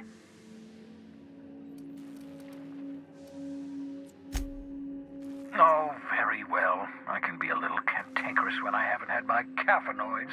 You have my apologies, and so forth.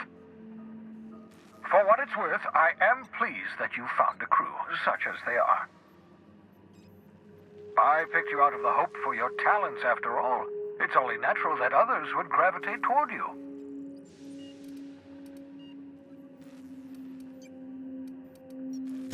Yes, indeed, well done. Also, you still haven't spontaneously liquefied, which pleases me immensely. Progress. What's up?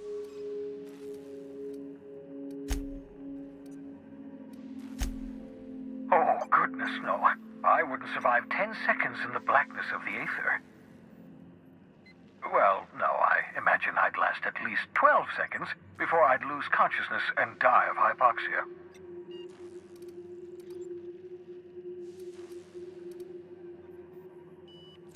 Life outside work? No, of course not. My life is my work. For that matter, everyone else's lives are also my work. An entire colony's worth of lives are at stake. It's up to me, up to us to set things right. To answer your question, I'd rather stay right here in my lab. There's too much work to be done. The Hope's colonists won't revive themselves, you know.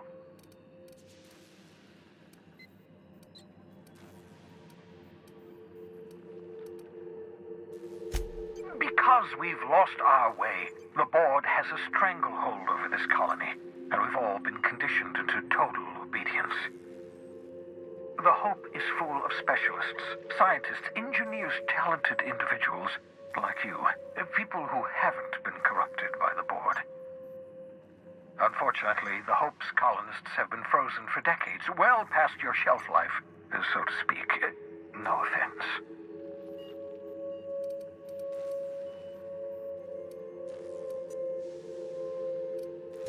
Precisely. The chemical I need is dimethyl sulfoxide, a rare, potent, essential to reviving long-frozen bodies. 10 years. That's how long the average human can remain in hibernation. You were frozen for decades. In theory, you never should have survived the revival process. But the conventional theories are wrong. You're living proof that it can be done. There's yet hope for the Hope. Get it?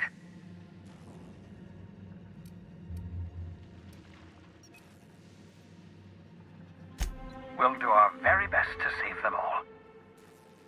I'd best get back to work. I can feel my last dose of caffeinoid fading.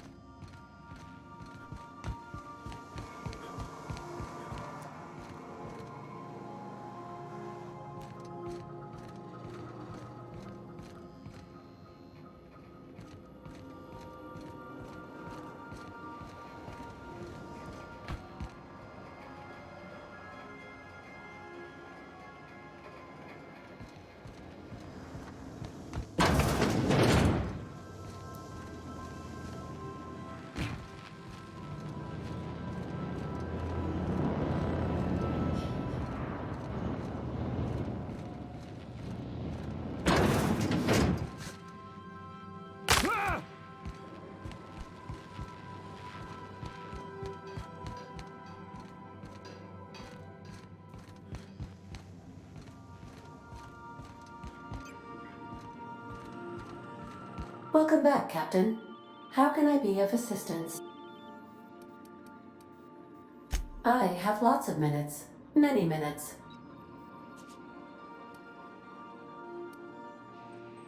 I require a captain to pilot the ship. As you may be aware, Captain Alex Hawthorne was a smuggler of some repute. I failed to predict the likely outcome of his reckless behavioral patterns. I should have predicted that. In our travels together, Alex liked to pass time by, as he called it, tinkering to improve my design.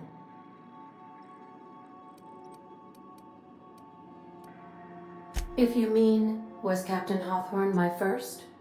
Yes, he was. How can I be?